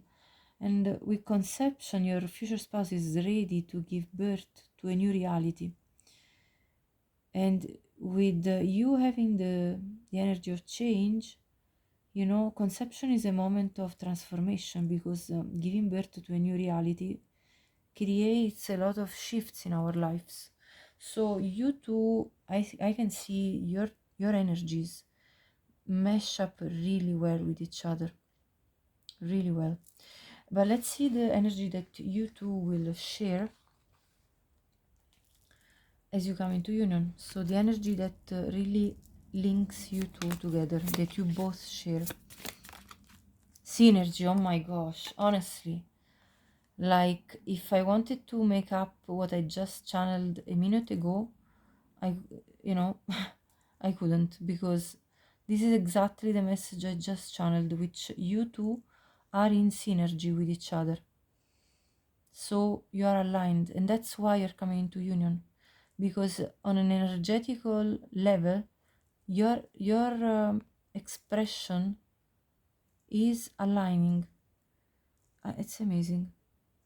So it says here, the frequency of synergy supports our allowance and acceptance of not so obvious, never seen before combinations and unions that result in new ways of functioning, working, thinking, relating, loving, and being.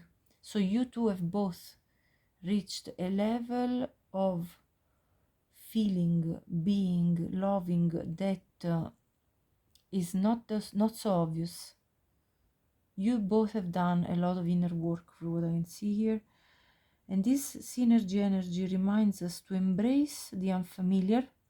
Yes, the energy of change. Wow, look at this. So that new yet exciting co-creations can give birth to a new reality, conception. Come on, honestly.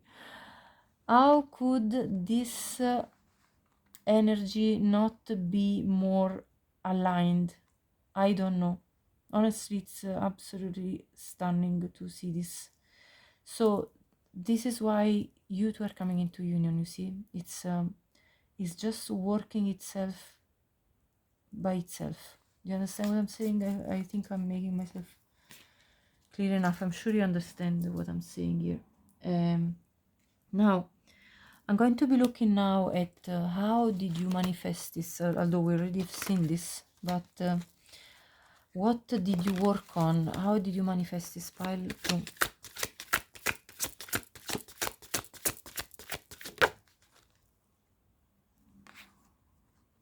The Emperor. By embracing your power, by understanding that you're a powerful being capable of more things that you ever thought you were before, when you weren't when you hadn't reached this level of ascension, this level of evolution and growth of your soul.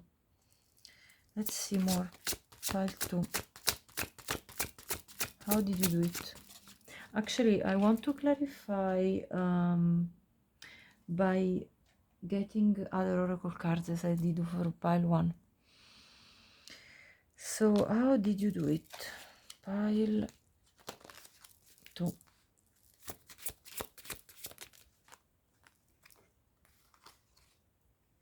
By forgiving yourself for the errors that you might have made, although they're never errors. That's our way to grow. But by forgiving also others and letting go of any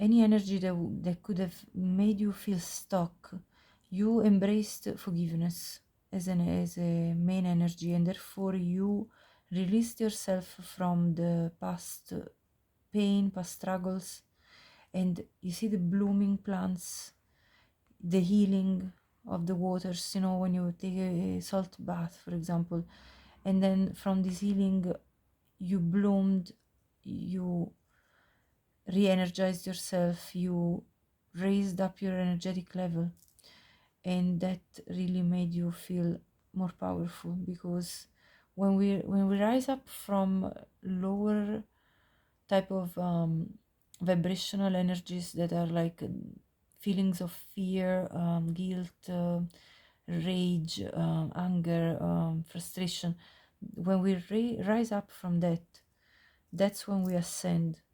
And then Clover, release your guilt. This came out in pile 1, by the way, so pile 1 could resonate with you as well. So this is beautiful. 21 and 10 could be important numbers for you. I want to see more. How did you do it? Pile 2. How did you manifest your union with your future spouse? Or how are you manifesting it? No matter at what point you are at, you're manifesting it, I can tell from your energy. Right, let's see.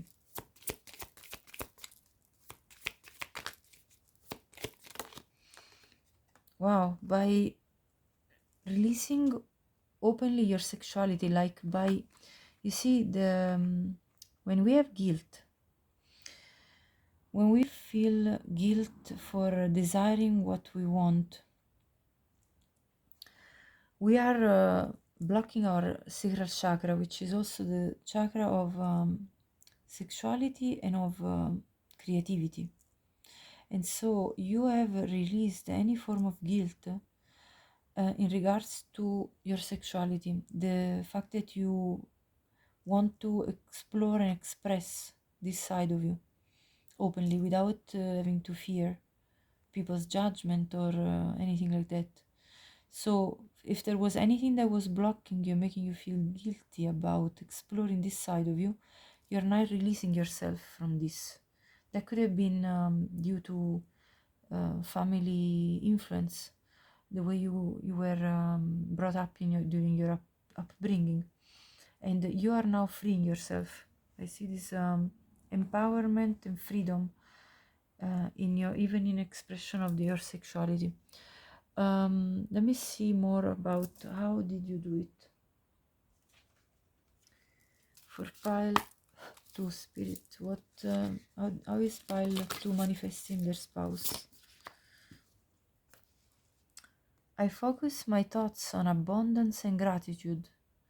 By embracing this feeling of being grateful for your you know, the gifts that you are seeing being in your present. So anything that is you know, positive in your life, you're really embracing that, and you're really thankful for anything that brings you joy in during this life experience. So you're kind of flying high, I hear, because I see also this bluebird. Bluebirds might be relevant to you. 19 could be relevant as a number, and 4 as well.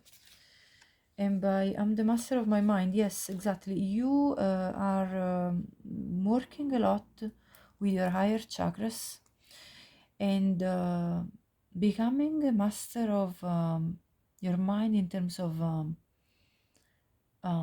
not getting caught in just feelings and emotions in an irrational way, but you are able now to temper your moods, temper your emotions.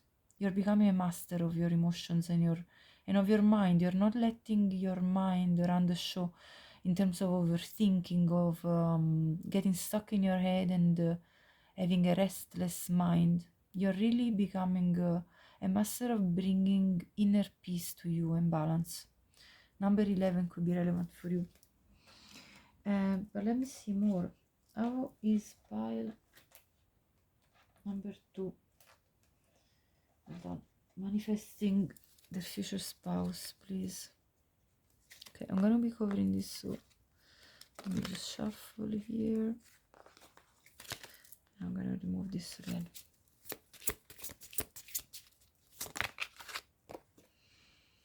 Resentment. You are releasing, you see the forgive and resentment.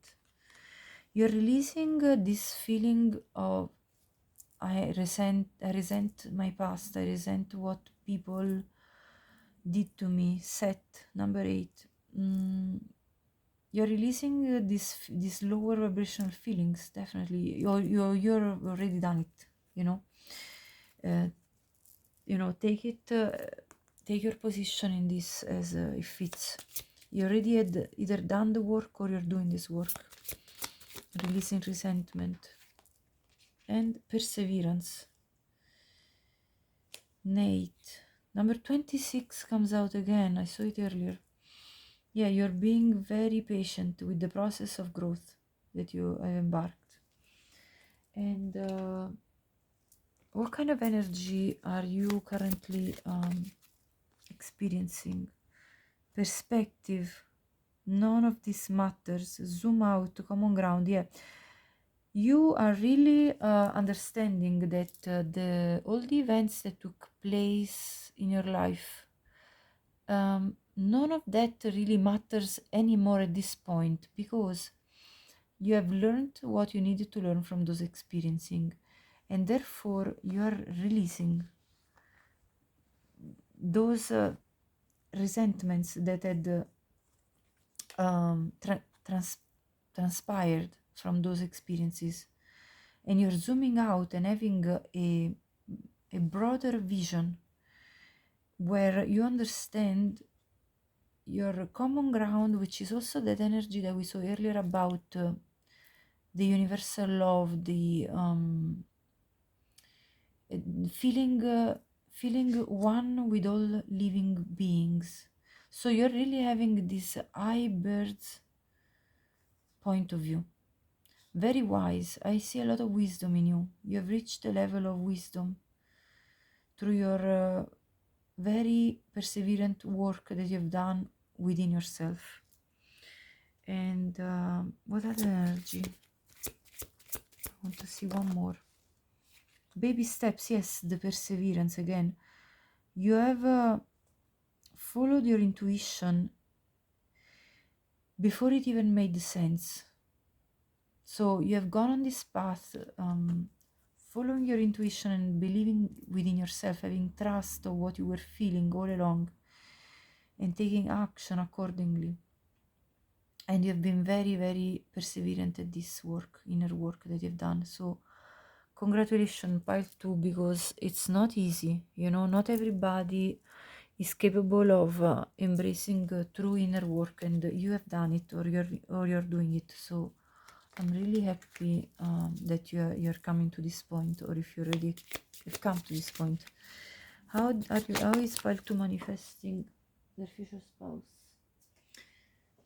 By getting back to nature. So you have reconnected yourself with nature and to your hippie roots. To basically, I see again lots of birds in this picture. Birds may be relevant for you, but what I see here is that you have really reconnected with yourself by spending time in nature, by looking at the beauty of life, looking at the beauty that surrounds you, because you are really valuing and being grateful for the gifts of life. And then I also see ask for help. It doesn't make you weak. You have been asking help from your friends, from your family, from the people that you felt closest to you, because you felt you didn't need to hide your doubts, your worries, and that you could share with them about this, and because you didn't feel like it was a weakness. You actually felt that showing yourself fully and asking for help to release these feelings of either guilt or frustration or releasing the past, it actually empowered you. It actually made you reach a point of empowerment within yourself. And I'm going to check one last oracle deck, and then this is going to be the end of the reading. So hold on. For pile 2, how is pile 2 manifesting their future spouse?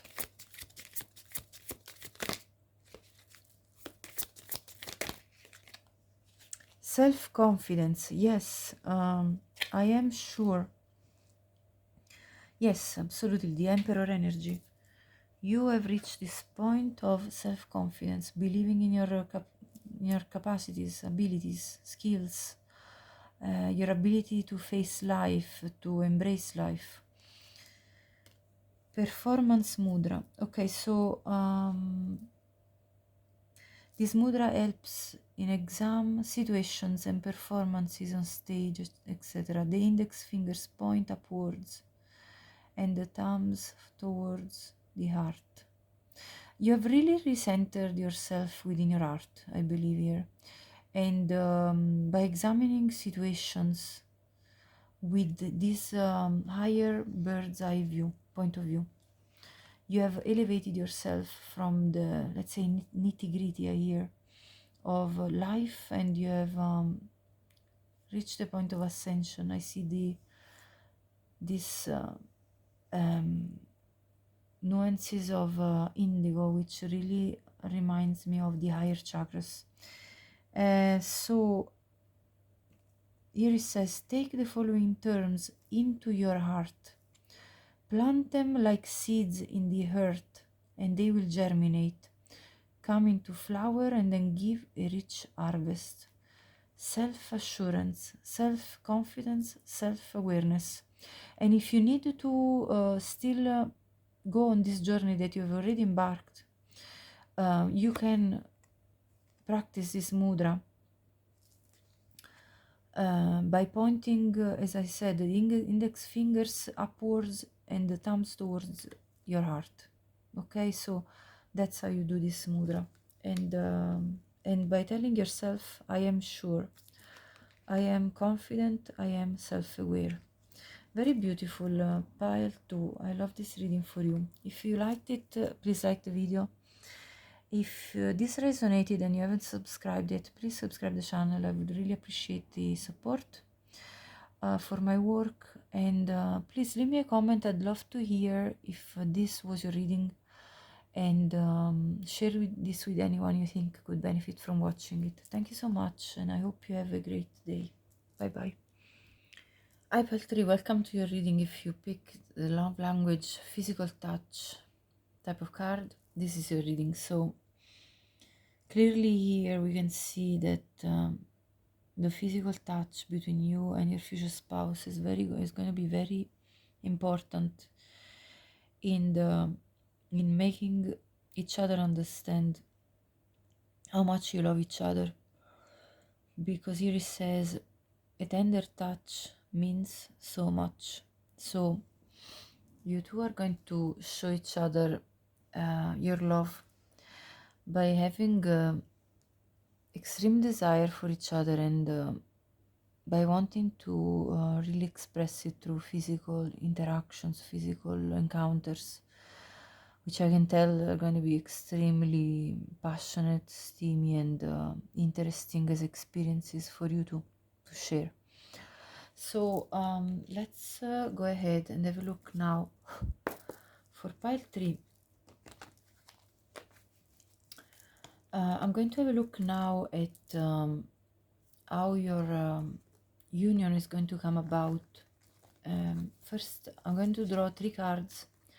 One regarding your the moment you meet, then the moment you're dating, and then the moment you're coming into union in a marriage, or solidifying your relationship anyway.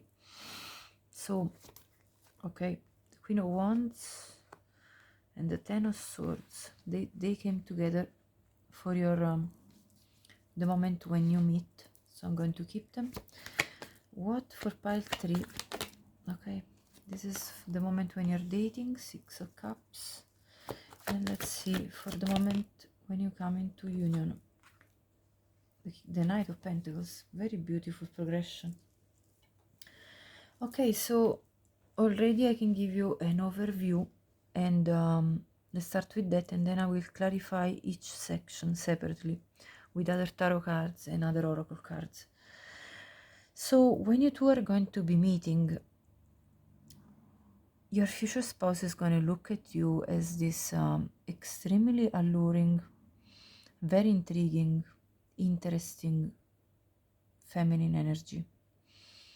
They have never met somebody that sparked their passion and interest as much as you have done, as much as you will do for them, because they want to really unveil this mystery that is you. I see the black cat, which really represents the mystery, the things that the unknown, that are unknown but very captivating. So your future spouse is really looking at you as a true discovery, and somebody that has got a lot to offer to them. And for sure they're going to be feeling this magnetic physical pull straight away towards you with the representation of the wands.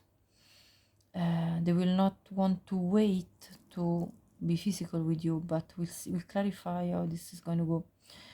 And with the Ten of Swords, I'm going to clarify, but I feel that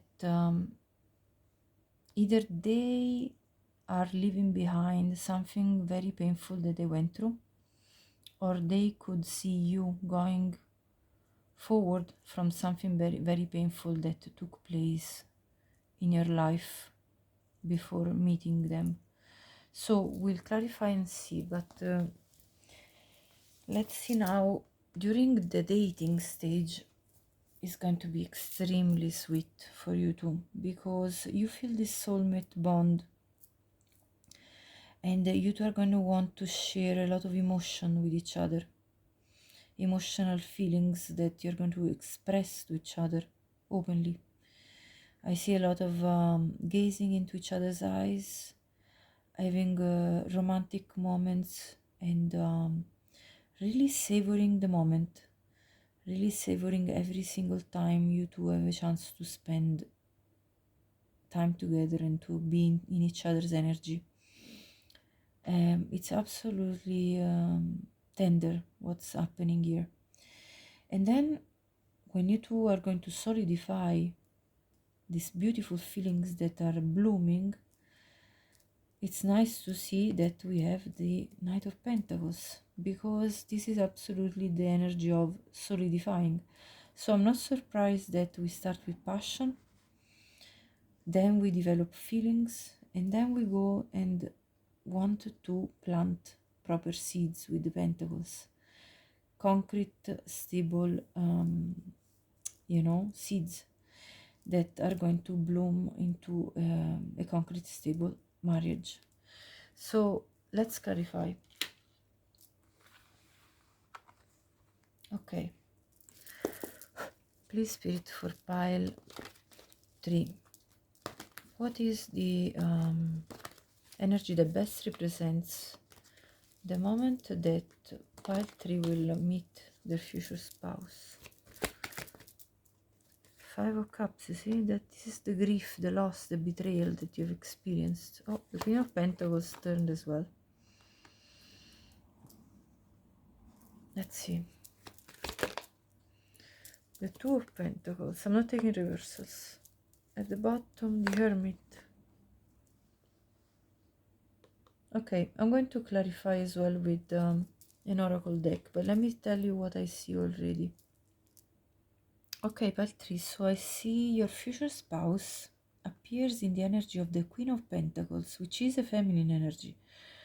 Now, that doesn't mean that we're talking about a woman, unless you're looking for a woman, which, you know, for some of you could be the case. This could be a same-sex type of marriage, but only for some of you that are watching. So for the others of you that are heterosexual instead, this Queen of Pentacles energy really makes me understand that your future spouse is going to have a very nurturing energy coming towards you, because they can feel and see the pain you've gone through. So they perceive straight away from you that possibly by talking with you, you know, when they are just about getting to know you, that you've gone through quite a lot of emotional pain in the past, and that you're in a delicate moment of your life where you're still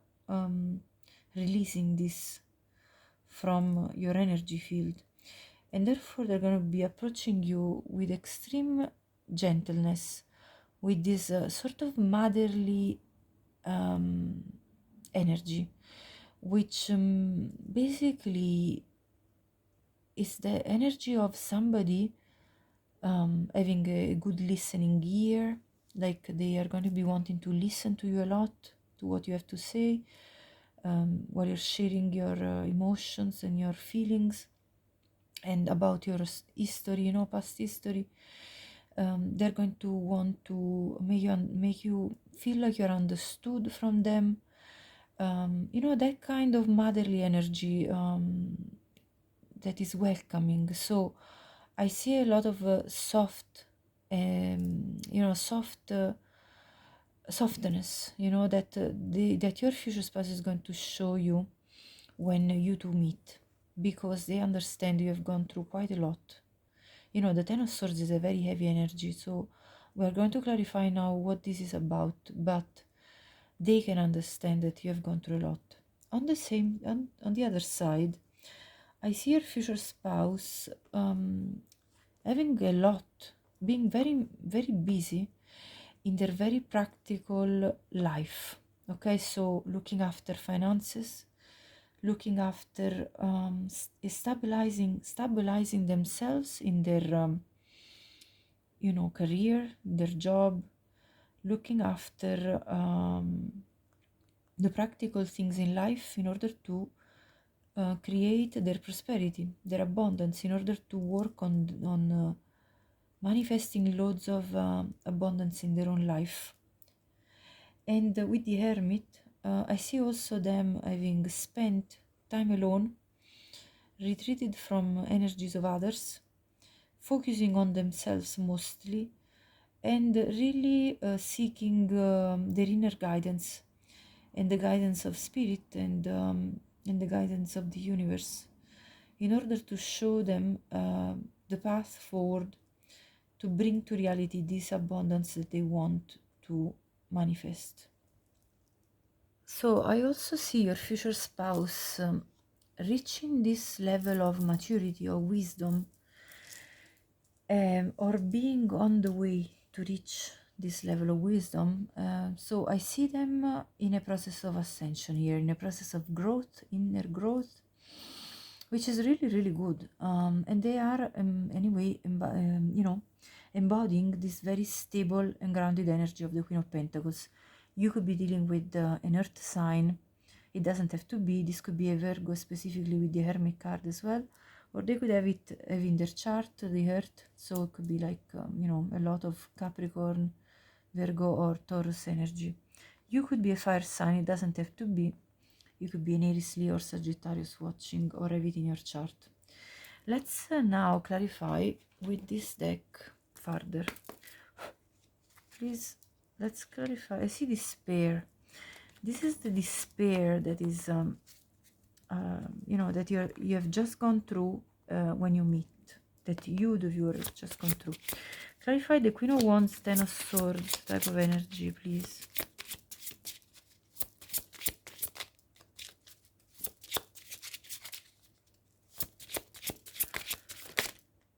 House. Okay, I'll clarify more. Clarify the Five of Cups as well.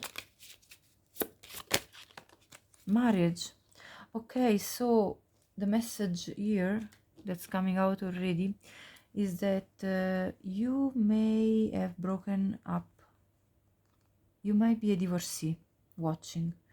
You may have broken up a marriage where you had built a house with somebody else, and this ended because I have the Ten of Swords and the Five of Cups.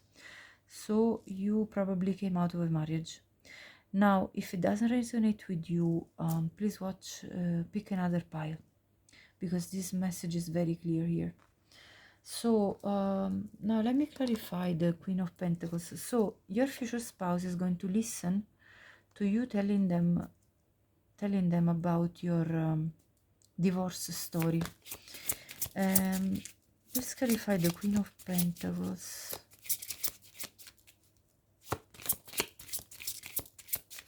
Let's clarify the Queen of Pentacles energy here. The main male.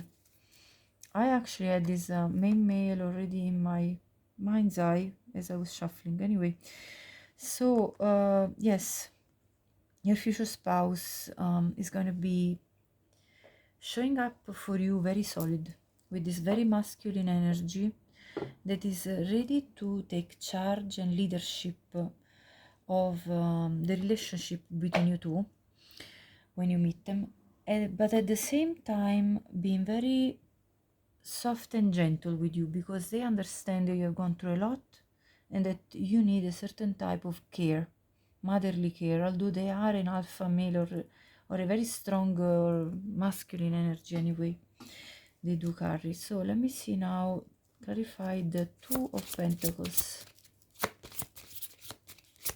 What is this Two of Pentacles? Sudden wealth. Yes, they're working on their business, as I said, and they will at the time when you meet suddenly become very wealthy. They will have a lucky moment in their time in terms of growing their abundance. 777 is something that you could be seeing as you come into union or come into meeting your future spouse if you haven't already met them. And let's clarify the Hermit card. False person. So your future spouse detached themselves from a person that was false with them, that had a mask, that was betraying them, that lied to them. And we'll clarify more about the situation here that they went through with this other oracle deck. What is this false person? What did this false person do to your future spouse? What went on there? Let's see. Okay, they were engaged. They were engaged, but maybe they didn't get married. Let's see. Let's clarify. This says mirrors, so they were showing each other the parts that they both needed to grow. So this was a karmic relationship that served as a lesson for your future spouse. What else went on there?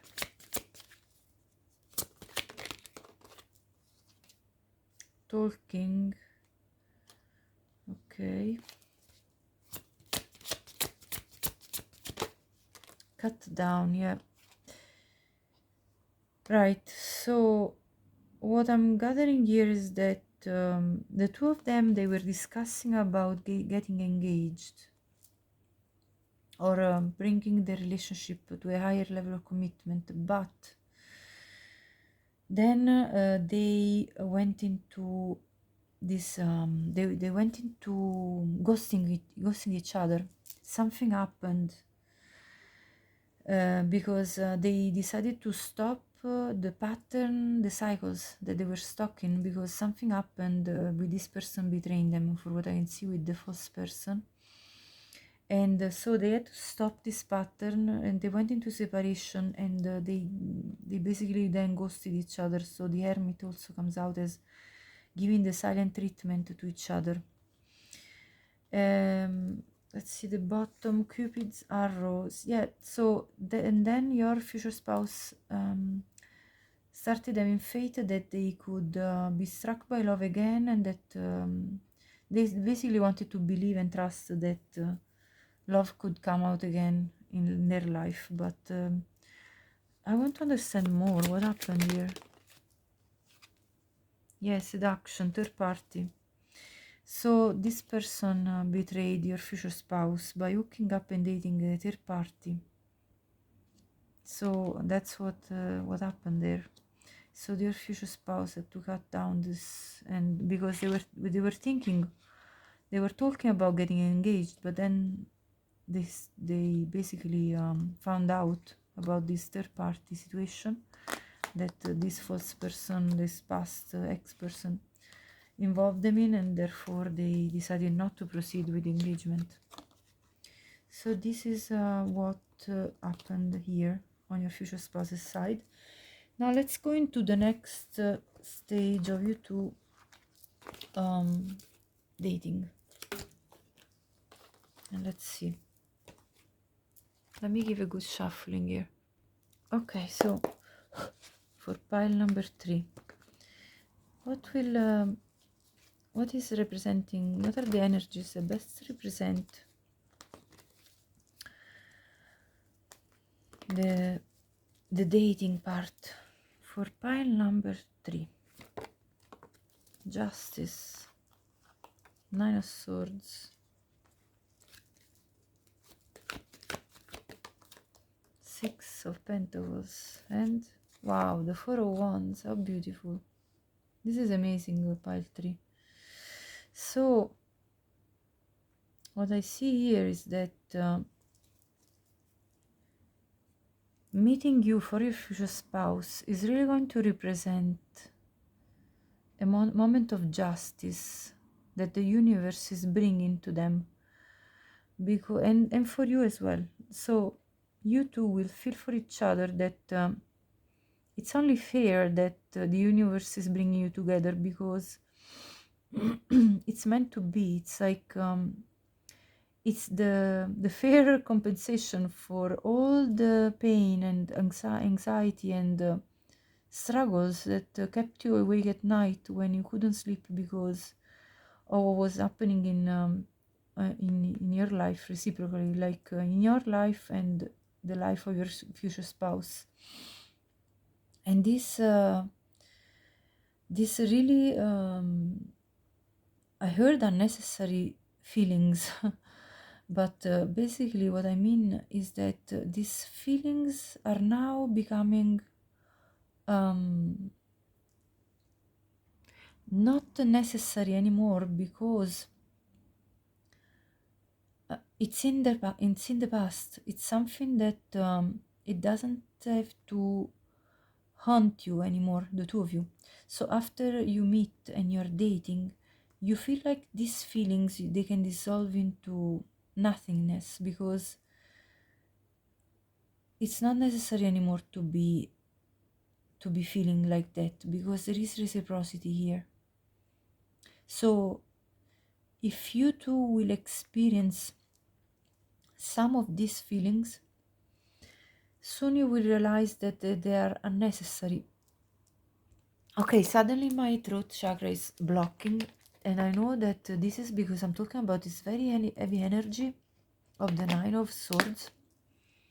So pile 3, this is telling me that open communication and clarity between you two is going to be very important during this dating stage, because you see these fears from the past experiences that you both have had to go through are bringing some anxiety, but again, I heard that unnecessary. So you two will soon understand that it's not necessary to indulge into this by bringing clarity to each other, that you want to be together.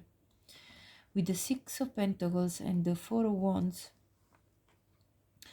this clarity that you two are going to share with each other, speaking your truth with the Justice card, being fair to each other, you will let dissolve this heavy energy, and move into a very positive space where you two feel like you're really bonding and creating a stable relationship.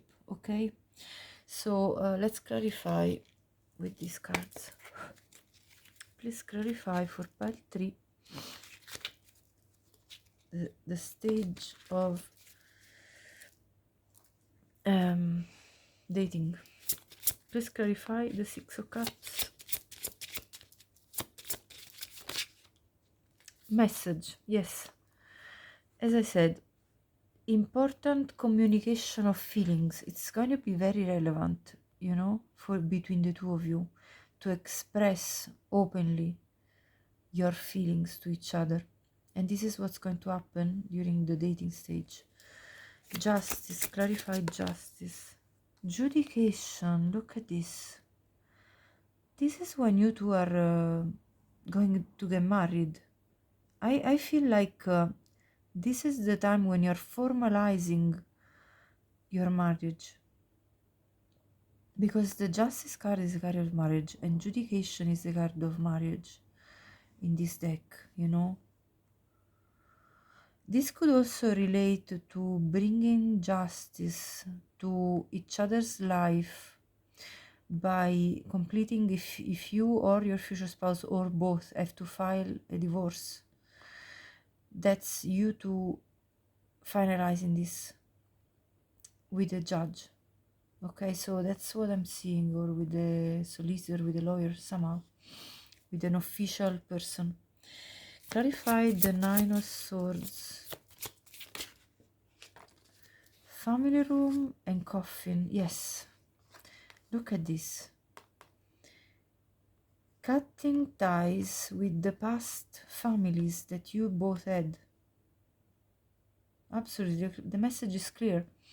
And therefore, once you close up that old cycle with the coffin, this pain, this struggle, this anxiety, this sleepless nights is going to fade away. Clarify the 6 of Pentacles. Clarify the 6 of Pentacles, please. Main female. Now you come out in the energy of the main female, which is the counterpart for the main male that came out in the previous spread. So when you will realize that your person, that your future spouse is serious about you by expressing their feelings for you, you're going to embody fully the energy of reciprocity with them. So you're going to want to reciprocate your love towards them, because you're embodying the main female energy here. And clarify the 4 of Wands. Gift. Your gift for you too is to be forming a stable relationship with each other. This is your karmic justice coming into place, as I was mentioning. So this is the gift from the universe to you both. This is very beautiful, pile 3. Let me now clarify the moment when you two are going to solidify this union. So let's see, for pile 3, I'm going to give a good shuffling, hold on. Right, so I've given a good shuffle, but let's do it more. Alright, so let's see, what are the energies that best represent when the pile 3 is going to come into a formal union with their future spouse. Magician, amazing. Clarify, sorry, show the energies. Show the energies. Oh, the 9 of Swords comes out again. At the bottom, the Chariot. So what I'm seeing here, and then I'll clarify with the other deck, with two oracle decks, is that I see a lot of concrete steps being put forward in order to manifest this union. And I see wanting to hold on to each other very strongly. I also feel like this is the offer of the engagement ring, because it's something material that is presented. But I'll clarify, don't worry. And I still see though some energy of struggle. Maybe one of you will feel like they need to hold back for some reason, but I'll check. But with the Chariot, I see this movement forward from this struggle. So it's a progression, okay? So let me see. I'm going to clarify now just to understand the situation better. Okay, clarify the Knight of Pentacles. Family room. There is going to be talk within each other's families about the two of you being together. There is going to be, I feel like family, your family of origin, of both of you, is going to really start considering you two as a couple, and sort of discussing with you the concrete further steps that you two can take to move into and progress this union. But let's see, clarify the Magician. Great fortune, yes. You two are manifesting this great fortune, abundance, prosperity that will come from the union of you two together.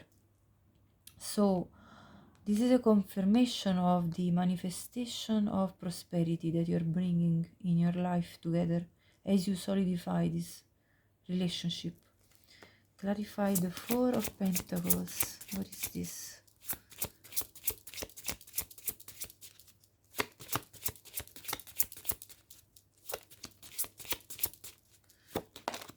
Right. Expectation. Okay, now you may expect a child already from your future spouse at the time when you two haven't yet got married. Now this is for some of you, not all of you. Take it only if it resonates. Because of the love language being the physical touch, you probably wouldn't resist each other and before the marriage, and therefore you might expect a baby already, because you see often the pentacle, it's a new baby, like a fetus represents a lot of the time in certain readings, right? And I can see this. So you're going to be holding this secret from your families, I think. It might be a secret, because I see this energy of holding back this pentacle, holding back this secret, not speaking about it, not sharing with others. Okay, so that clarifies the stress card. I can understand now, because all of a sudden you're pregnant and you didn't expect it to happen. Although clearly there was a very high chance, giving that you were really giving to each other passionately. But anyway, that's there's no judgment on my side. I am that kind of I am this kind of you know, I could be seeing myself in this pile, to be honest. But anyway, so let's see the Nine of Swords. What wealthy man. Okay, so your future spouse though is going to reassure you not to stress, because they have everything together, that, you know, even if you're pregnant, that they're going to look after everything that's needed for you, the baby, and not to worry about this. So they're going to really show up for you in a provider type of energy, reassuring you, because you look worried here, reassuring you that that's not an issue, because you two are going to get married, you're going to move forward, and that is not a concern that you should be, you know, the pregnancy is not a problem. So let's see the Chariot. This is becoming very interesting, honestly. Let's see the Chariot. Clarify the Chariot for this situation of pile 3 in the union with their future spouse. Okay. Courtship, yes. Your future spouse is going to show you. Child at the bottom. Look at this. Oh, wow. It's amazing. I love it because look at the picture as well. This is your future spouse and this is you worried. Yeah? Worried about this child that you have conceived already. Wow. And them reassuring you, don't worry because I have everything together and I am wealthy enough. I have all that we need to look after you, the baby, and everything. You could have a baby daughter. Anyway, so congratulations, pile 3. I'm happy to bring you this joyful news. I mean, there is great fortune, so there is nothing to worry. These numbers could be relevant for you: 21, 26, 28, 13, 4, and 18. And I see your future spouse may not, may discuss this with their family. Or anyway, I think that's your future spouse in the Knight of Pentacles, reliable energy. And I think they might, or they might tell you, look, we are family. We are family already. Yeah, you're bearing my child. We're already family, regardless of the fact that we haven't yet gotten married legally, but we will. So that's how they're going to court you and really make you feel reassured about this. It's very beautiful, I find. Let me see now. I want to clarify, as I did with the other piles, with this deck, further this stage of the union into the marriage. Clarify the family room. This bounced. Yes, this is the confirmation of, this is basically them offering you the engagement, because then this is the tower represents in this deck, in the Lenormand, the tower is about official, like an office, or an office, like a legal, you know, a legal matter taking place. This could be, you know, basically representing you two coming into the legal side of things in terms of your marital union. So let's see the star. Yeah, this is great fortune, absolutely, like a blast of positive, expansive energy from the universe, bringing you great fortune. You have manifested this together. Clarify. I want to clarify this and see what comes out. I'm just very curious now. The birds. You are afraid of the gossip. And this is why you're going to try to keep this close to you, because you don't want to share this with the people that could be chatting around about this. So, yeah. So be mindful of who you're going to share this news with, because there could be an indication of gossip here. Clarify the wealthy man. Gossiping behind your back, I see, because it's the dark. There are two birds cards in this deck. One is light during daylight and during the nighttime, and you got the nighttime, so it's behind your back. It's happening. Your future spouse comes out as like this super romantic, very giving and reassuring with their emotions, you know, partner, very reliable and deep in their feelings for you, absolutely in love with you, very solid, very stable, and very emotional as well at the same time. They're very caring. Your future spouse is somebody extremely caring. And let's see more. Let's see. I love this reading for you.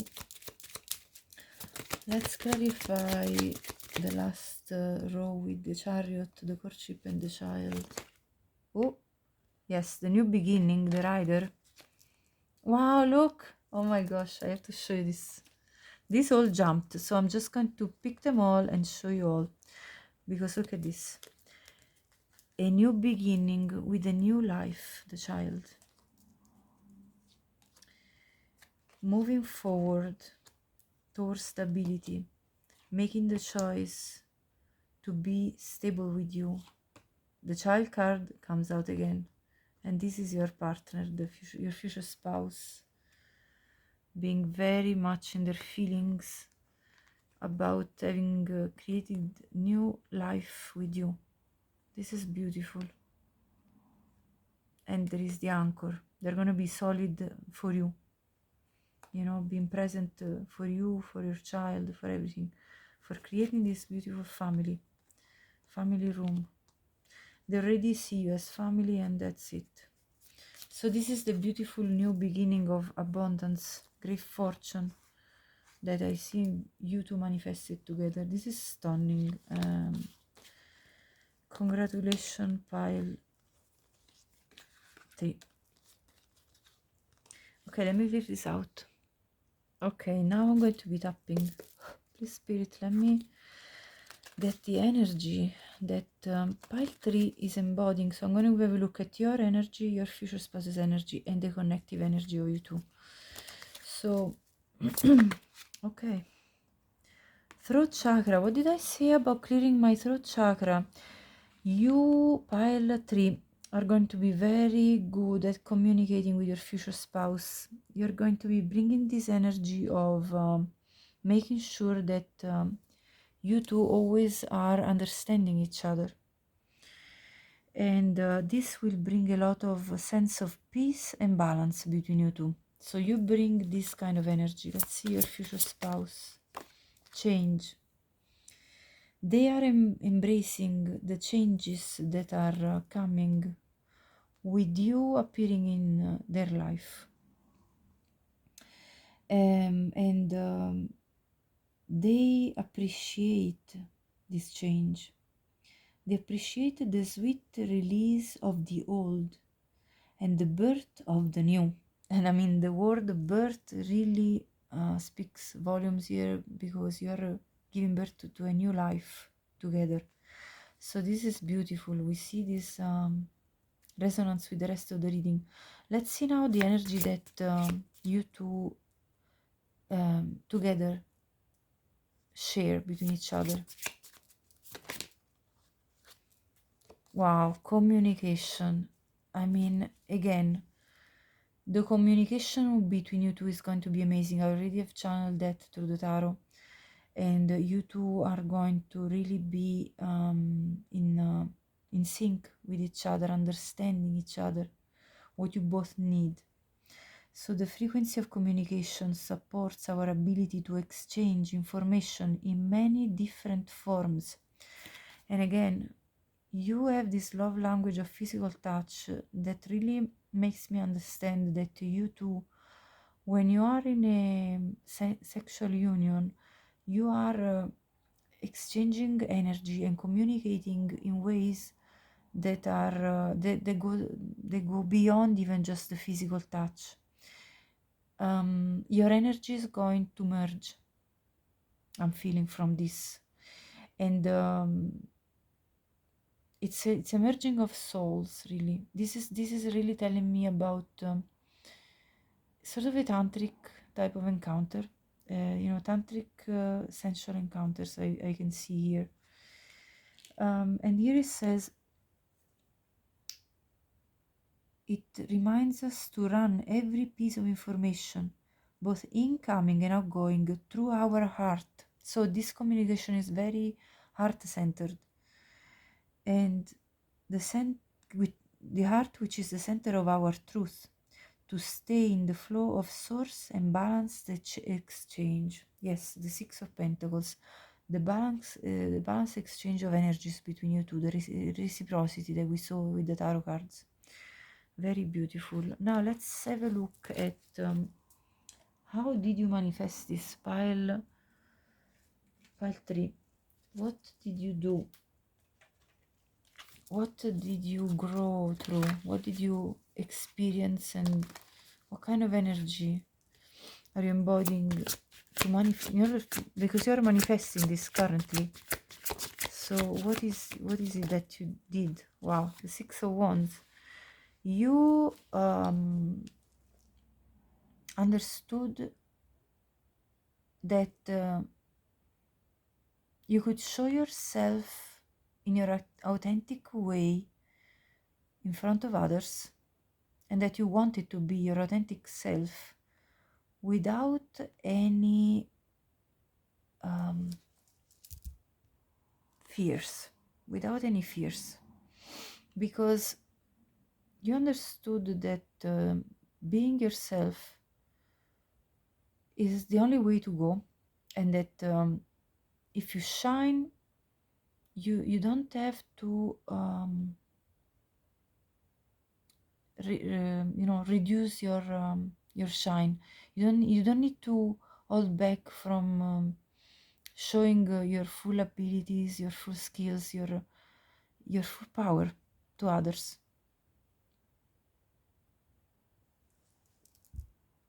And that if others feel inferior to you around you, that's their problem. You are not doing this, you're not being yourself because you want to show in a demonstrative way to show others that you're better.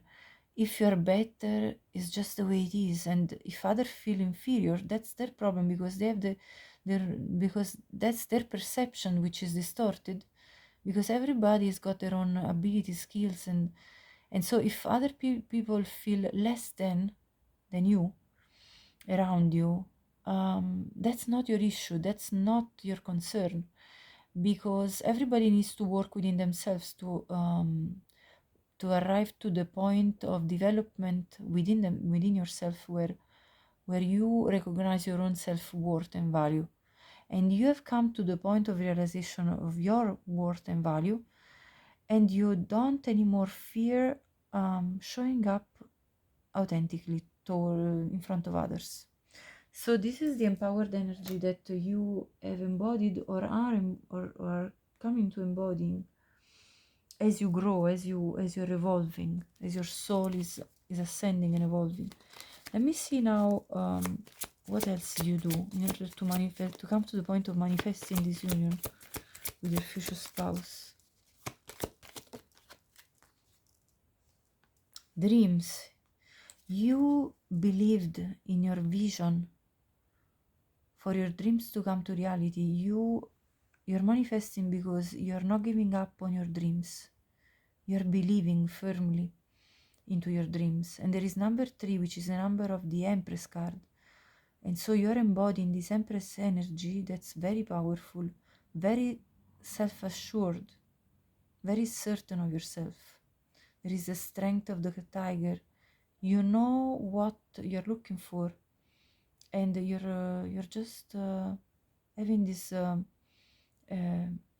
sort of effortless way of manifesting it. It's very, very beautiful to see. How did you do it? Mural. Be your own first priority by putting yourself first, your needs, your aspirations, your energy, by feeding your energy within yourself, like focusing your energy towards your projects, your the things you wanted to accomplish, and putting yourself first. You have understood the importance of this, and that only then you can give to others. Only when you have given enough to yourself, enough love, enough attention to what you need to do. 25 could be a relevant number as well as 3 for you. How did you get to manifest this union with your future spouse? Pile 3.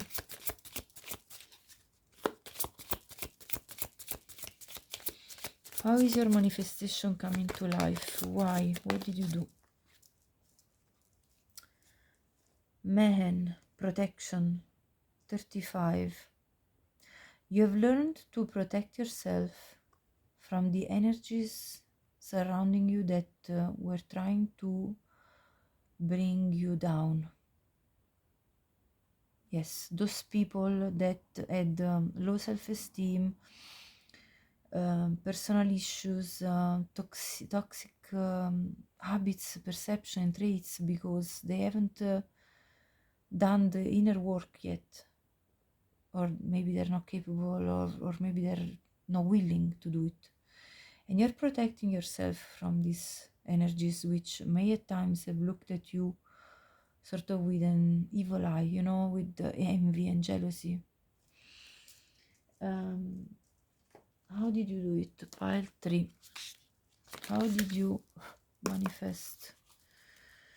I'm telling in the past because it's already done. You know, you've already manifested this, even if it hasn't materially appeared.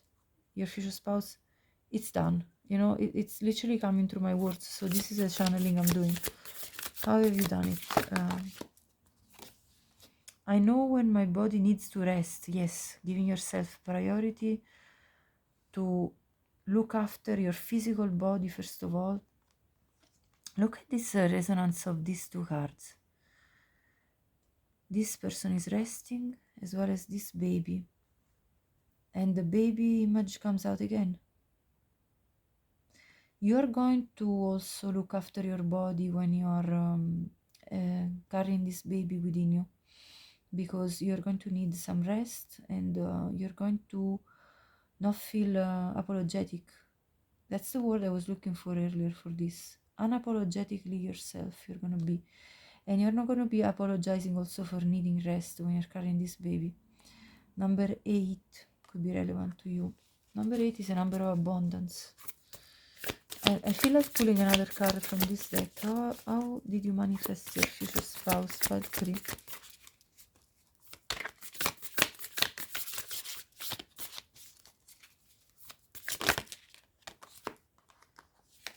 I take the path of love and devotion. Yes, by embracing the energy of love and by showing your devotion to your future spouse, and to the in devotion to your dreams as well. You know, not giving up on your dreams. 27 could be a relevant number for you as well. Okay, so let me now clarify with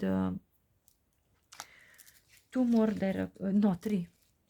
more oracle decks, and then this will be the end of the reading. So for pile 3, what is the energy that you are manifesting your future spouse with? Portal, look at that.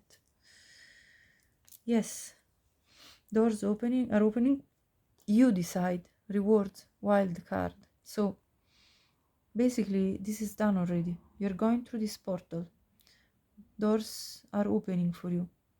You decide. You have this power.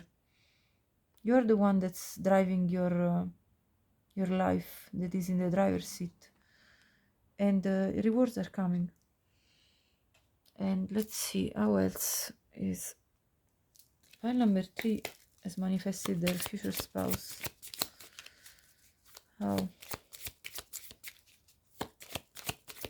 What is it that you're doing that's working so well for you in manifesting your future spouse?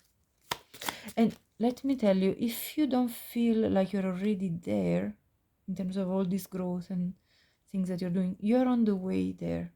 So take it as it resonates with your specific feelings, you know, how you feel about yourself. You're getting there if you aren't already there. Okay, celebrate yourself. You deserve it. Yes, being unapologetically yourself,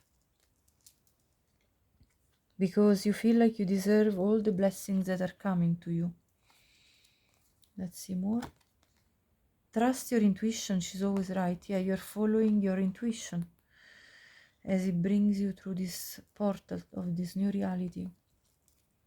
Unleash your inner wild child. Get up and dance. Yes, you're being unapologetic yourself, as I said.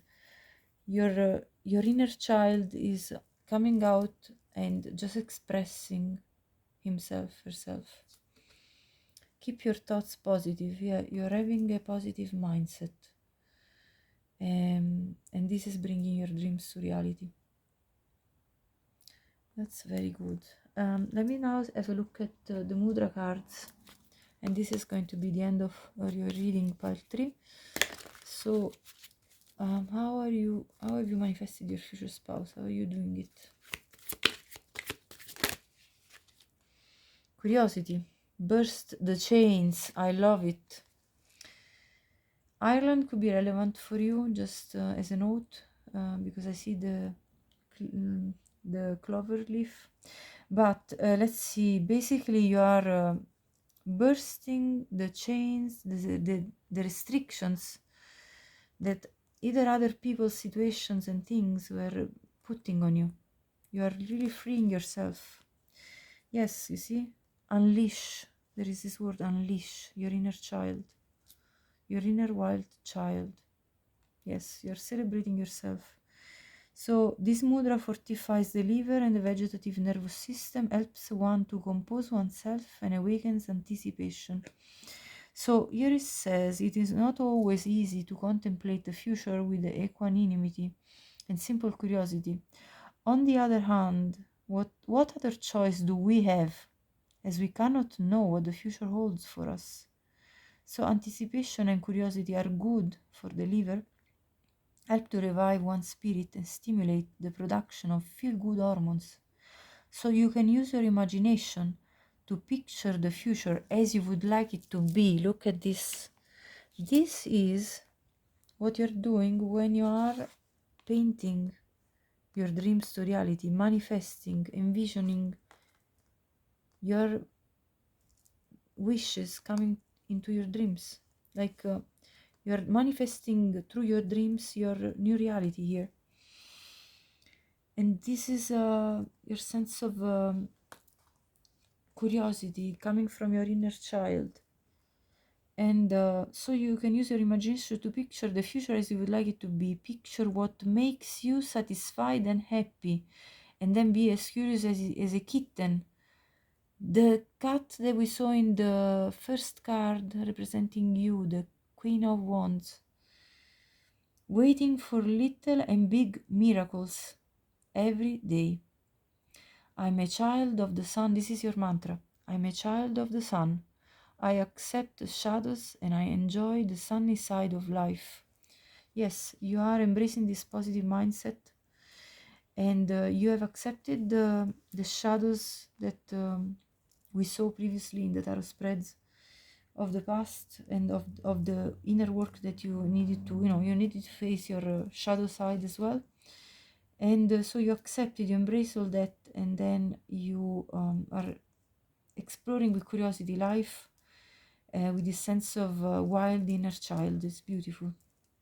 So this is resonating with your energy very strongly, with the passionate energy of the Queen of Wands, somebody that really embraces life with a sense of enterprise, a sense of wanting to do, to build, to take action in their own life, to take charge like this person depicted in the Six of Wands, and coming victorious, so you can actually do this mudra, position of hands, in order to even further progress this manifestation that you already are on. So pile 3, this was your reading. I hope you liked it. If you did, please make sure to like this video. Subscribe to my channel if you like my style of readings. I would appreciate your support. I appreciate any single comment you leave. I really love to hear your stories here. And also, please share this with anyone you think would benefit from watching this, if it could be helpful to them as well. Thank you so much for watching again, and have a great day.